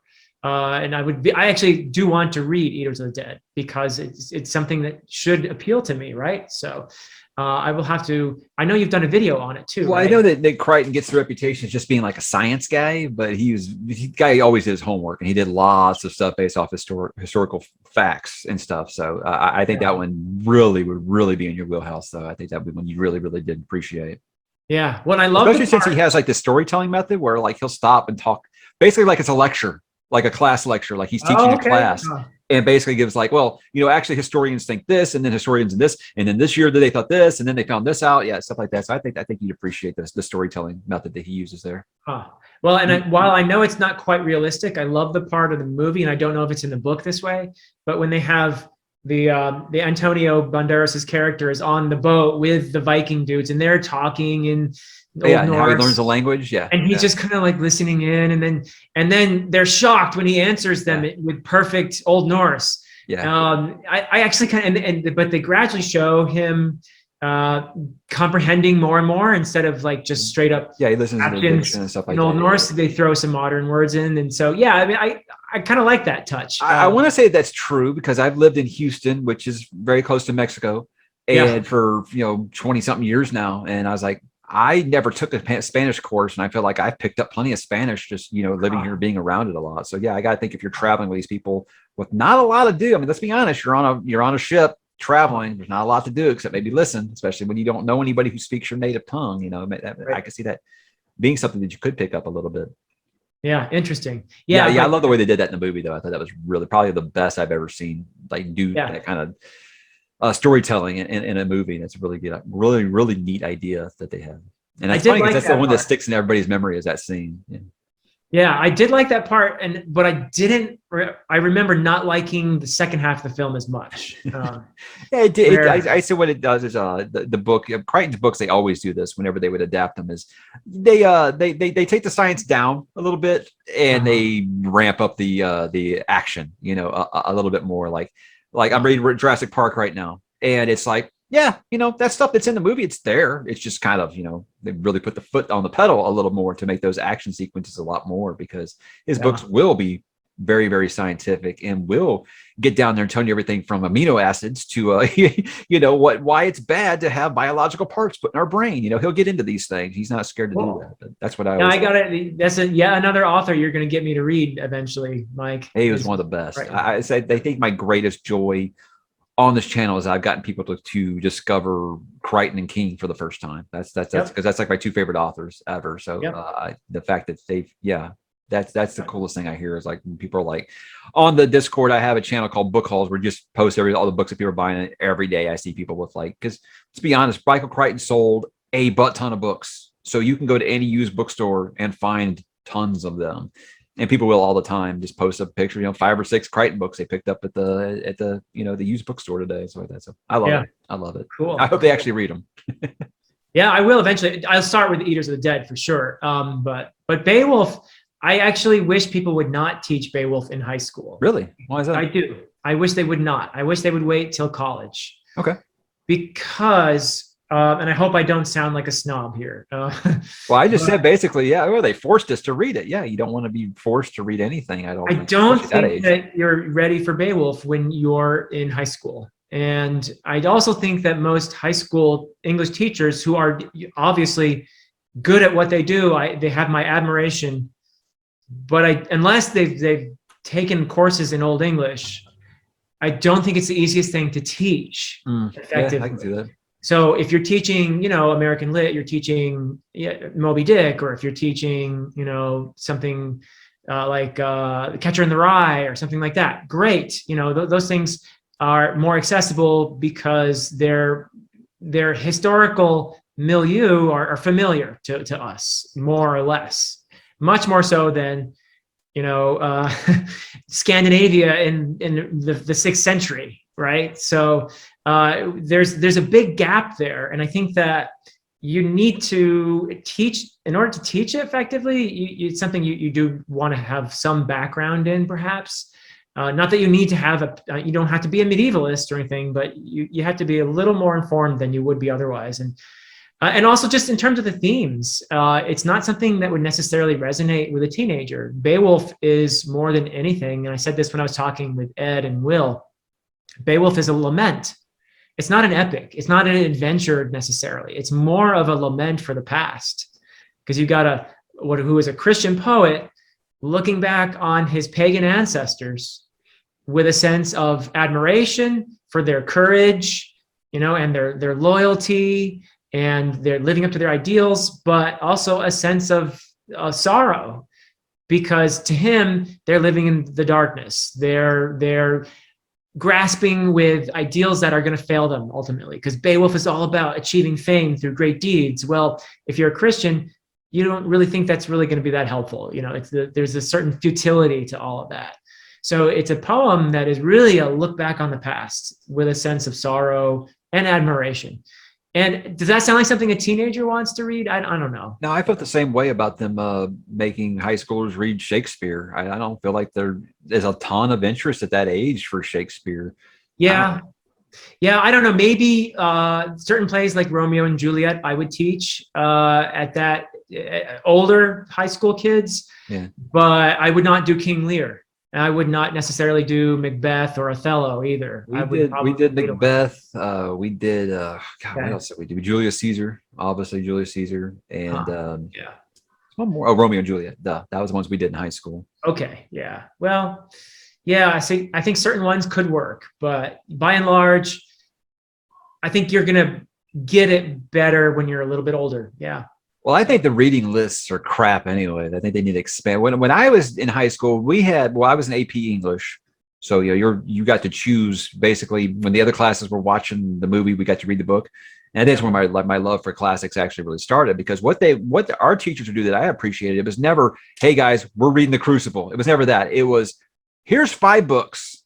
You guys pick one that you want. It's a first come, first served basis. So if you want to read this book, and you're not here to class on time that day, you don't get to read it. So what she had 30 copies of books, and just spread out over these, and you got to pick which one. So I always made sure I was on time to class that day, but I always appreciated that they did it that way. And they gave us a lot of things that I chose to learn a lot. Like Lord of the Flies was one of those that it was like, a lot of people get that forced upon them. They hate it. I chose it. I loved it. So I think that matters a lot. I don't like this just assigning one particular book and saying this is a classic. You have to like it, like they used to do with like Death of a Salesman or oh God, what's the F. Scott Fitzgerald I can't stand? Great Gatsby.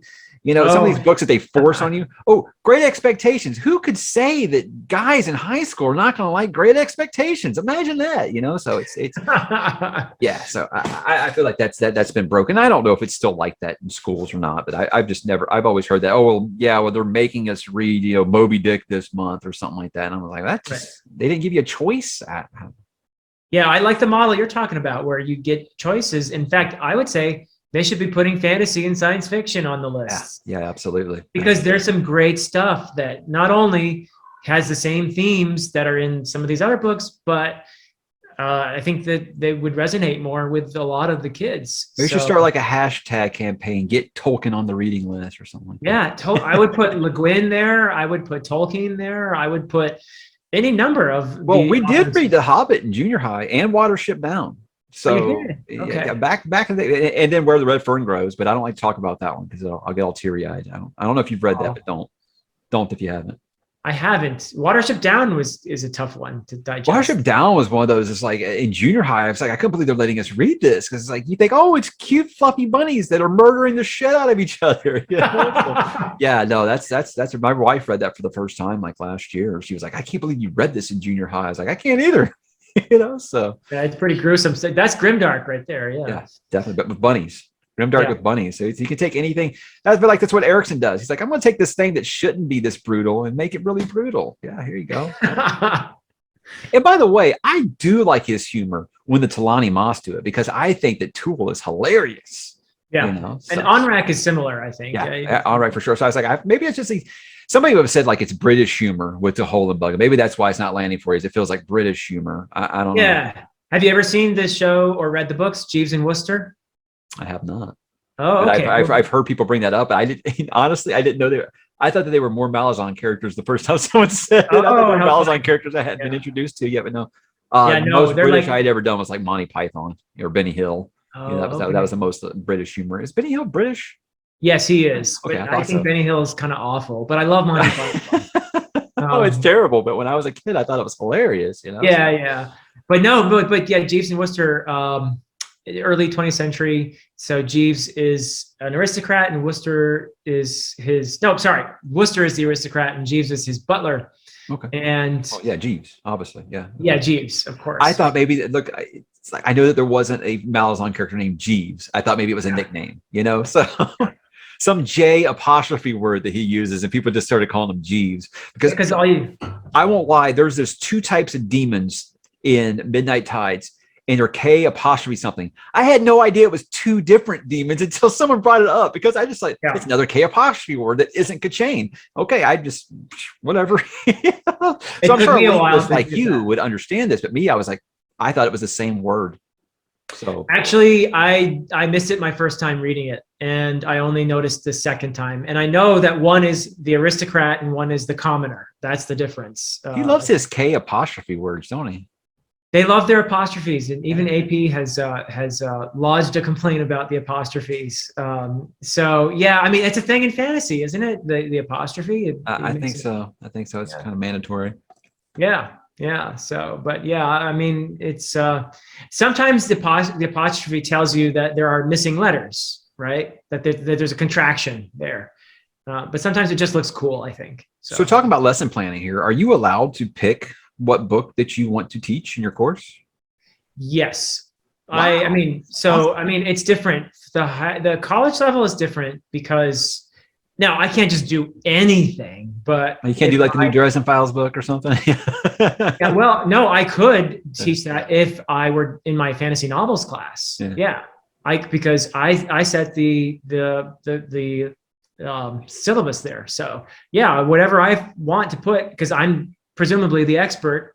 So I can put whatever books I want in that course as long as they fit with what the course is supposed to do. So, but I feel like you're a good enough teacher that you could twist it to make it be like, yeah, see, Malazan is about this. Oh, I've used Gardens of the Moon in the course. Absolutely. Yeah. When I was doing 1 year, we did a theme in the course of imperialism in fantasy. So we did the Poppy War, and we did Gardens of the Moon, and a couple others where, you know, there's imperialistic and colonialism, that sort of thing, those themes in there. So that worked really, really well, actually, when you have a theme like that ties it together. I feel like I'm definitely not as good as some people on that. When I'm reading a fantasy book, I'm just like all invested in that world, and people bring up like all this real life allegory and stuff. I'm like, I didn't get that. Like Midnight Tides, someone was talking about, oh, the part where to hold you, they're going to crash the economy or whatever. And it's talking about, it's basically just his riffing on the state of the economy in the United States. And so I'm like, I didn't get that at all. Like, come on, the drowning, it's all about drowning and dead. Yeah, I didn't catch that at all until you just said it. So, well, you know what? My take on that is, it's not A equals B. So Tolkien was constantly asked questions like this. Yeah. He was like, oh, the ring is a symbol of the atomic bomb, right? Yeah. And he's like, no. Yeah.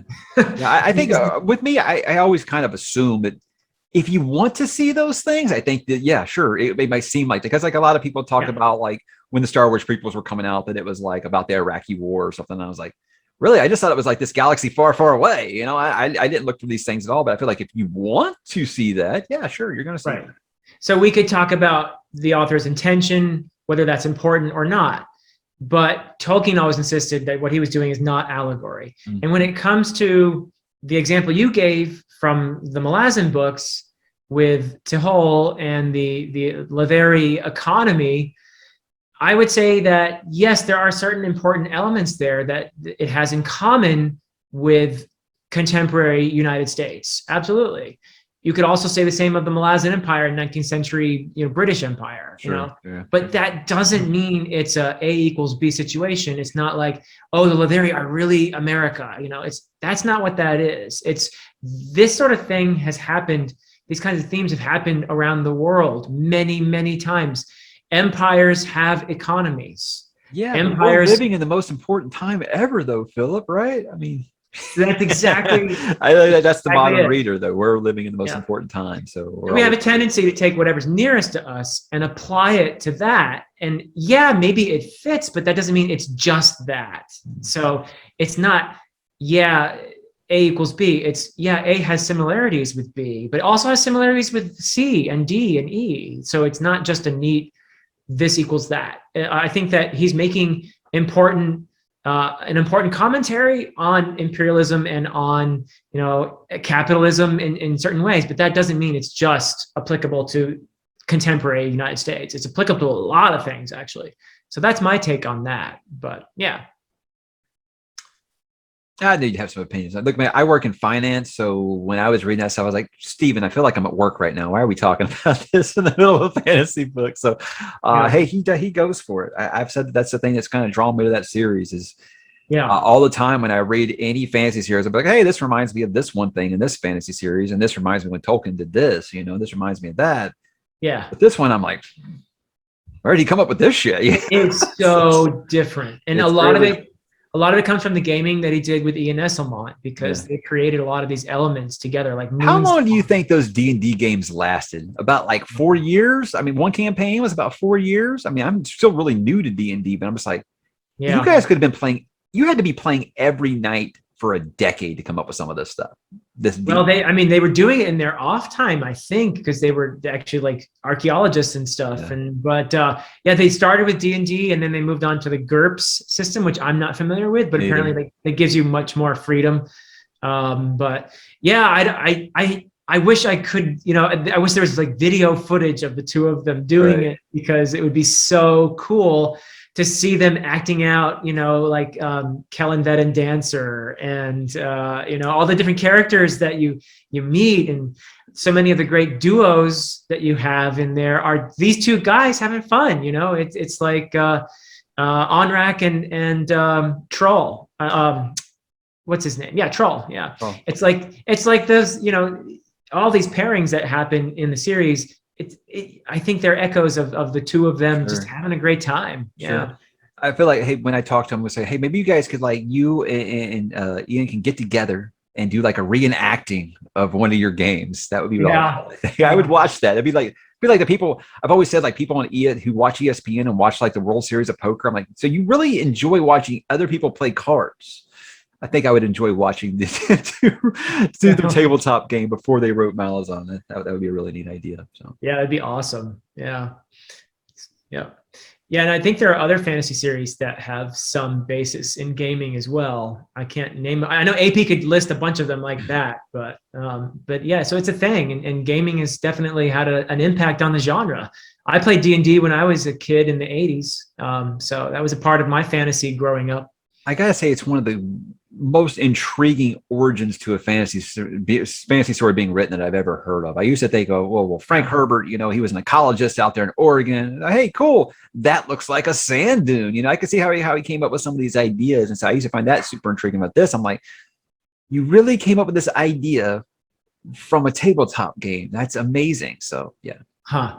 Well, Herbert must have been in Eastern Oregon then, where there's like kind of almost desert looking dry climate. There was a time I could have told you. But now, I just know it was. I remember that it was Oregon. I don't know. I have to push so much stuff out of here to make sure I remember like the succession of kings in Gondor and things like that. The really important stuff that I got to keep up there. I got to remember these things. That's essential. That is essential. Yeah, but it's essential because like we'll play like Lord of the Rings Trivial Pursuit, and everyone's just getting mad because I'm beating everyone so like, nobody knows that. And I'm like, actually, and they're like, this is bullshit. Yeah, so yeah, I got to make sure that I stay on top of things like that. That is funny. Because there'll come a time where my kids will be able to beat me in all the like video games I play against them, and I dunk on them, or I beat my kid like I think 100 times in a row on Connect 4, and because everybody's like, oh, my wife was like, you should let him win one. I'm like, no, he's got to earn that shit. And now 1-1, he wins one, I win the next one. So wow. So I'm sure there'll be a time that he'll beat me on all these things, except on Lord of the Rings knowledge. I'm going to have him on that one forever. You're going to be memorizing the appendices there, aren't you? Yeah. Well, I've said that's a plan on the channel. It's leading up to that show. Is I want to do a complete retrospective. I've never read the stuff that Christopher Tolkien finished outside of Silmarillion. So I'm going to be doing first time readings of some of that stuff, and the unfinished tales. Yeah, I don't know if I'll cover Silmarillion because look, I'm going to tell you the truth, guys, about Silmarillion. That's like reading the Dungeons and Dragons manual. That's tough to read. I don't know if I can tell anybody, hey, what is it about? When I do my reviews, what is it about? I don't know if I can tell you. It really is very much a history book. So yeah, it's actually a series of tales. It's the first age and the second age, and it's not one continuous story. So when you got like Beren and Luthien, and you got stuff like the Children of Húrin and stuff like that, I could do those. I could do those, but I was like Silmarillion. I don't know if I would do a video for that. That would. Well, first of all, I'd have to reread it, and that's tough. Yeah. So, but I don't know if I could do like a video. It'd have to be a video series, I think, on Silmarillion. I don't know. Yeah. Well, tonally, it's so different. Right. It's vastly different tonally from The Hobbit, and it is even tonally different from Lord of the Rings. Because there are no hobbits in the Silmarillion. And the hobbits are what, for me, more than anything, they humanize the Lord of the Rings. Mm-hmm. They're us. They put the reader in the story. Yeah, I think so. Yeah. And so, but like us, except they're short and they got hairy feet and they eat a lot more than we do. Well, yeah. Sometimes. Yeah, but if you and I were plopped down in Middle Earth, we would probably feel like hobbits, out of our. I'd love to be a hobbit. Who doesn't love second breakfast, man? Jeez. Yeah. I like mushrooms too. Yeah. Yeah. Every time my wife orders mushrooms, I do that line from South Park and say, "Are you sure you're not the Hobbit?" I don't know if you've even seen that episode since you don't. You seem way too intelligent to watch something like South Park. Oh, I mean, I've seen some episodes in the past. I used to watch The Simpsons, and I did watch a little bit of South Park, but I'm old enough to remember when like our parents thought that watching The Simpsons was dangerous. Yeah. Talking about this the other day about like give something that like you're old enough to remember and other people aren't. And I was like, I remember when like they took out smoking on airplanes, and it was like a big deal. I was like, today you look at it, you're like, of course you can't smoke on an airplane. What are you, crazy? Yeah. But I remember in the 80s when that happened, it was like a big pushback against it. Kind of like in the 90s when they said you couldn't smoke indoors anymore, So right. And what was the point of smoking sections on an airplane anyway? Because you're breathing the same air. They're in a big metal tube together. No. Yeah, and then my parents could be like, hey, I'm old enough to remember when like doctors would smoke in the doctor's office, So oh yeah, smoking has a long, interesting history, doesn't it? Yep. And that is the antithesis of talk about nothing right there, guys. Talking about I'm old enough to remember when you could smoke on airplanes. How about that? Yeah. What would you say something that you're old enough to remember that the casual viewer might not be old enough to remember? Well, I already revealed that I saw Star Wars in 1977 True. in a theater, and I can remember it. So, wow. All right. Yeah, that's old. I was -1. I was -1 when Yeah. New Hope came out. So you don't remember that one? Yeah. Not in the theater. No, I remember when they first put Star Wars on Showtime or HBO or something like that. Oh. And that was like a big deal at the time because back people don't remember. Here's another where you'll just remember before like VHS. You didn't see a movie in the theater, you just didn't see it again. You didn't see it. Yeah. Occasionally you would have like a movie night or something on ABC. They pay a bunch of money and get to show the movie. Right. It was a big deal that they were going to be showing a New Hope on thing. And this is when my parents finally ponied up the money to get a VCR and record. And this is back when VCRs were like $800, you know? Yeah. And record it so we could have Star Wars at home. So that's how I was able to grow up with these original copies of the original trilogy we taped off of HBO or Showtime. I really don't remember which one it was. And that's why I've always been I'm a purist. I know the original cuts of Star Wars, not this special edition garbage that you guys have. Yeah. So, yeah. Well, the DVDs that I have of the original trilogy, it came with both the original cut and the one he tinkered with. Theatrical, yeah. Yeah. Nice. Those are probably a collector's edition at this point. So maybe, yeah. Because I thought when Disney bought it, I thought that they would actually. Who doesn't like to make money for something that they've already released? Disney loves to do a re-release, and so I thought they would release an original cut, but they never have. So I wonder if that's something that was in the contract when Lucas signed it. No, they were not allowed to do that. No, it's weird. Yeah, because they're his babies. Yeah. But yeah, if I get into more things about like I'm old enough to remember, we'll start talking about like vinyl and stuff like that, and it'll get really, really, really talk about nothing right there. Yeah. Well, bell bottoms. That one missed me. You're a little too young for bell bottoms, but bell bottoms missed me. 70s hair in the 80s. That one still got me. I think. Oh yeah, 80s glasses. The plaids and like the greens and browns and the style. Those things kind of. I got some pictures of the early 80s where it was still kind of grasping onto that. I think. Yeah. But I had a lot of my brother's hand-me-downs, and my brother was born in 73, so I got some of his hand-me-downs. So maybe that's what those pictures were. My parents were just too cheap to buy me clothes that were modern, you know. But yeah, there's some of me in a plaid bell bottom, pair of pants. So yeah. So you going to share these pictures on the channel, or? Oh no.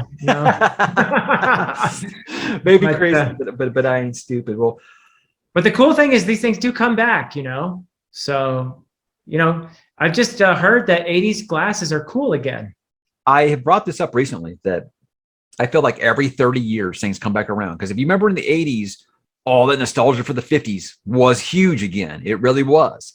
And then they saw last decade, the 80s were really coming back big time. Now the 90s are coming back big time. So I was like, wow, we're just going to go full circle. I can't wait till I'm old enough to be like, wow, so you guys are like nostalgic for the 2000s? Wow.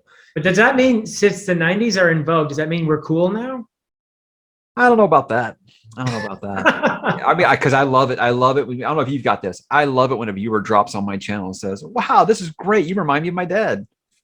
Yeah, I've had that so many times. I even had one person say, you remind me of my grandfather. So I ain't got that one yet, but no, yeah. I think that when I started doing the Crichton stuff, they were like, oh, my dad always used to read Crichton novels, So your dad sounds awesome. Good dad. Yeah.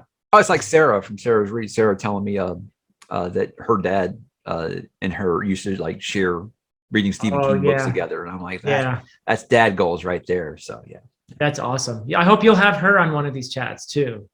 We will. We talked about our like Stephen King thing, but yeah, one of these for sure. I'm sure there's plenty that we could talk about outside of just Stephen King, because her and I have a lot of similar likes and dislikes, I believe. So she's somebody I would love to see read the Malazan series. And why is that? Because I think she's got, I love her approach whenever I've talked to her about books. Because she's a trained psychiatrist. Yeah. So her character analysis is like some of the best I've ever seen.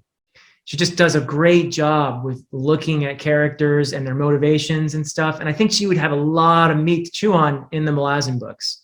So yeah, I think it would be fun. Sarah, really, that conversation we had on your channel for the Dark Tower was kind of my introduction to her. And I was like, oh, okay. Another person on BookTube that claims they're this big Stephen King fan, skeptical. And then the episode, I was like, wow, she knows her shit. This is awesome. So that was really joyous. I mean, you get so many people like, oh yeah, I'm a huge Stephen King fan. And I'm like, really? So what do you think about this in Pet Sematary? Like, oh, I haven't read Pet Sematary. And I'm like, okay, so you get that a lot. You get that a lot. Dismissed. Or like people say, oh, I'm a huge sci-fi dork, but I've never seen Star Wars. And I'm like, all right, yeah. So yeah. Oh, but don't you know that Star Wars is actually fantasy? I don't. I'll accept that more than I will Dune. People saying that Dune is fantasy. Yeah, Dune is called the best-selling science fiction book of all time, and you're going to tell me it's fantasy. What I've said is I feel like it is a good gateway for fantasy fans into science fiction. I'll say that. Oh, I'll say that. I like that. Yeah. But because I've said constantly, if you liked Wheel of Time and you liked Song of Ice and Fire, I see no reason you're not going to like Dune. And obviously now I say some Malazan because it does have more of the philosophical approach I feel like Malazan has. So yeah. I like that. I'm going to use that line. The gateway for a fantasy fan into science fiction. Dune. You do like Christopher Rocchia, who says that his Sun Eater series, he calls it a sci-fantasy series. Yeah, that's legit. I was like, no, you got spaceships and interstellar travel. I'm calling you science fiction. That's what Dune is. I had this kind of pseudo argument with my daughter when we ranked the Star Wars films for a video on the channel, and I was pretending to say that it's fantasy, and she was going for science fiction. So yeah. It's an old debate. I can see both sides of it for sure, but spaceships and lasers. It's hard for me not to call it science fiction. It's just But Dune, I actually agree. I would not call Dune fantasy. I would call it science fiction. Yeah, for sure.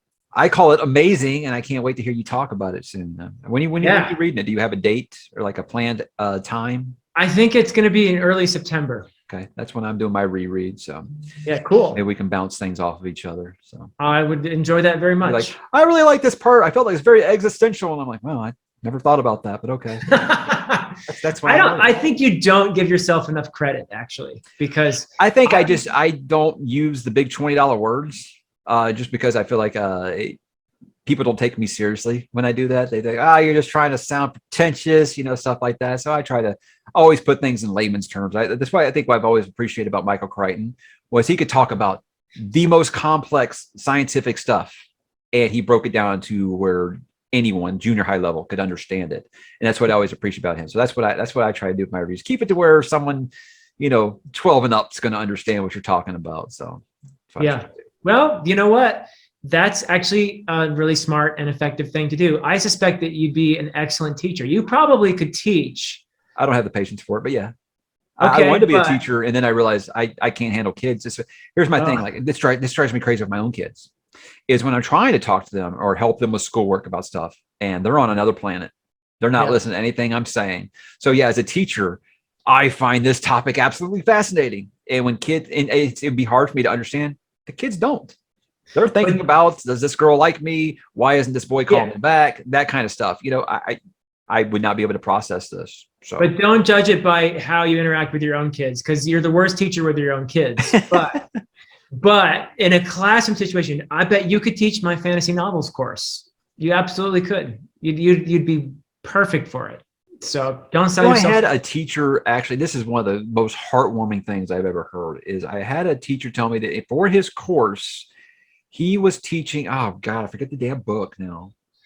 Some I talked about actually at length, and they said he taught the course, and then as a class, he put my video up on the big screen, and they watched my video on it, and I was just like completely blown away. I didn't expect anything like that. I'm not surprised. Stuff like that is just awesome to hear. I think another person said that they did that with the classics video I did, the classic books that I loved.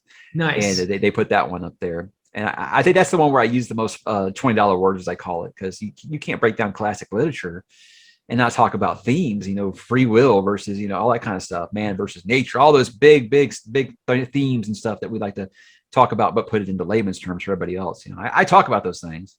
I just, I use the verbiage that someone as distinguished as yourself might use. Oh, well, but see, there's my case right there. If somebody's using your video in their course, that should tell you something. So those kids are probably just like, who is this old guy? No. I wish I could have. YouTube had been a thing like 20 years ago, man. I'd be a superstar by now. You know. Yeah, yeah. Well, I think 50,000 plus people have They're probably all bots anyway.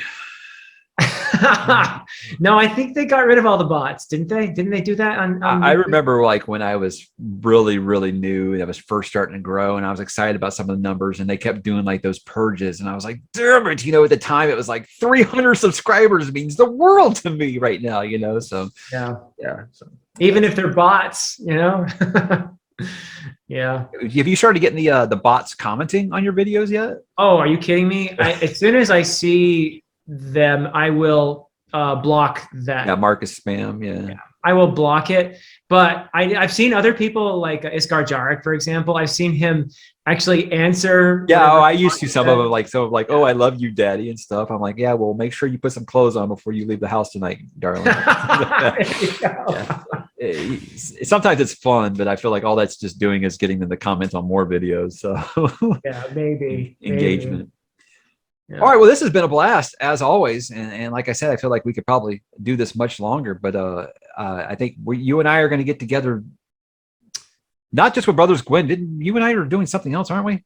Well, we were talking about doing first law discussion, but I think we're going to do it with the brothers now. So we might as well. I think the plan is to have one discussion on your channel, one on mine, and one on theirs. That's so. Yeah, that is the plan as of the moment. But hey, anytime you want to talk about first law, I've got no problems with doing that. First law, and I do hope that we'll have a chance to talk some Dune as well. Absolutely, that was going to be my next suggestion. Me and Rocky are getting together to do a Dune spoiler movie review kind of thing. Yeah. But if you want to talk about the book, I'd always love to have more people to bounce that book off of. And like I said, I'm willing to bet that you can pull out some stuff that even I haven't thought of as many, you know, a dozen times I've read it. So I look forward to it. I can't wait. All right. Anything you want to talk about, Mike? This has been a real pleasure. Thanks so much. Absolutely. Happy to have you. And guys, I hope that you enjoyed it. And if you haven't subbed to Philip's channel yet, you're doing it wrong. Do it. Let's get him to 10,000 so he can. He's going to do a video in like a tank top again. It's going to be awesome. He doesn't know this yet, but now I'm going to hold him to it. If you want to see me embarrassed doing a live stream for the first time, fumbling around in a tank top, yeah, go ahead and subscribe. Well, like I said, when we did our collaboration, I did my impression of you. I had the glasses. I had the the that was jacket so good. So when I'm on your channel, you need to wear like an Iron Maiden t-shirt, or would it be like Grateful Dead or something like that for you? I don't know what you're into. I'll work that out. Somehow. All right, guys. Well, thanks for watching, and we'll talk at you next time. Bye-bye.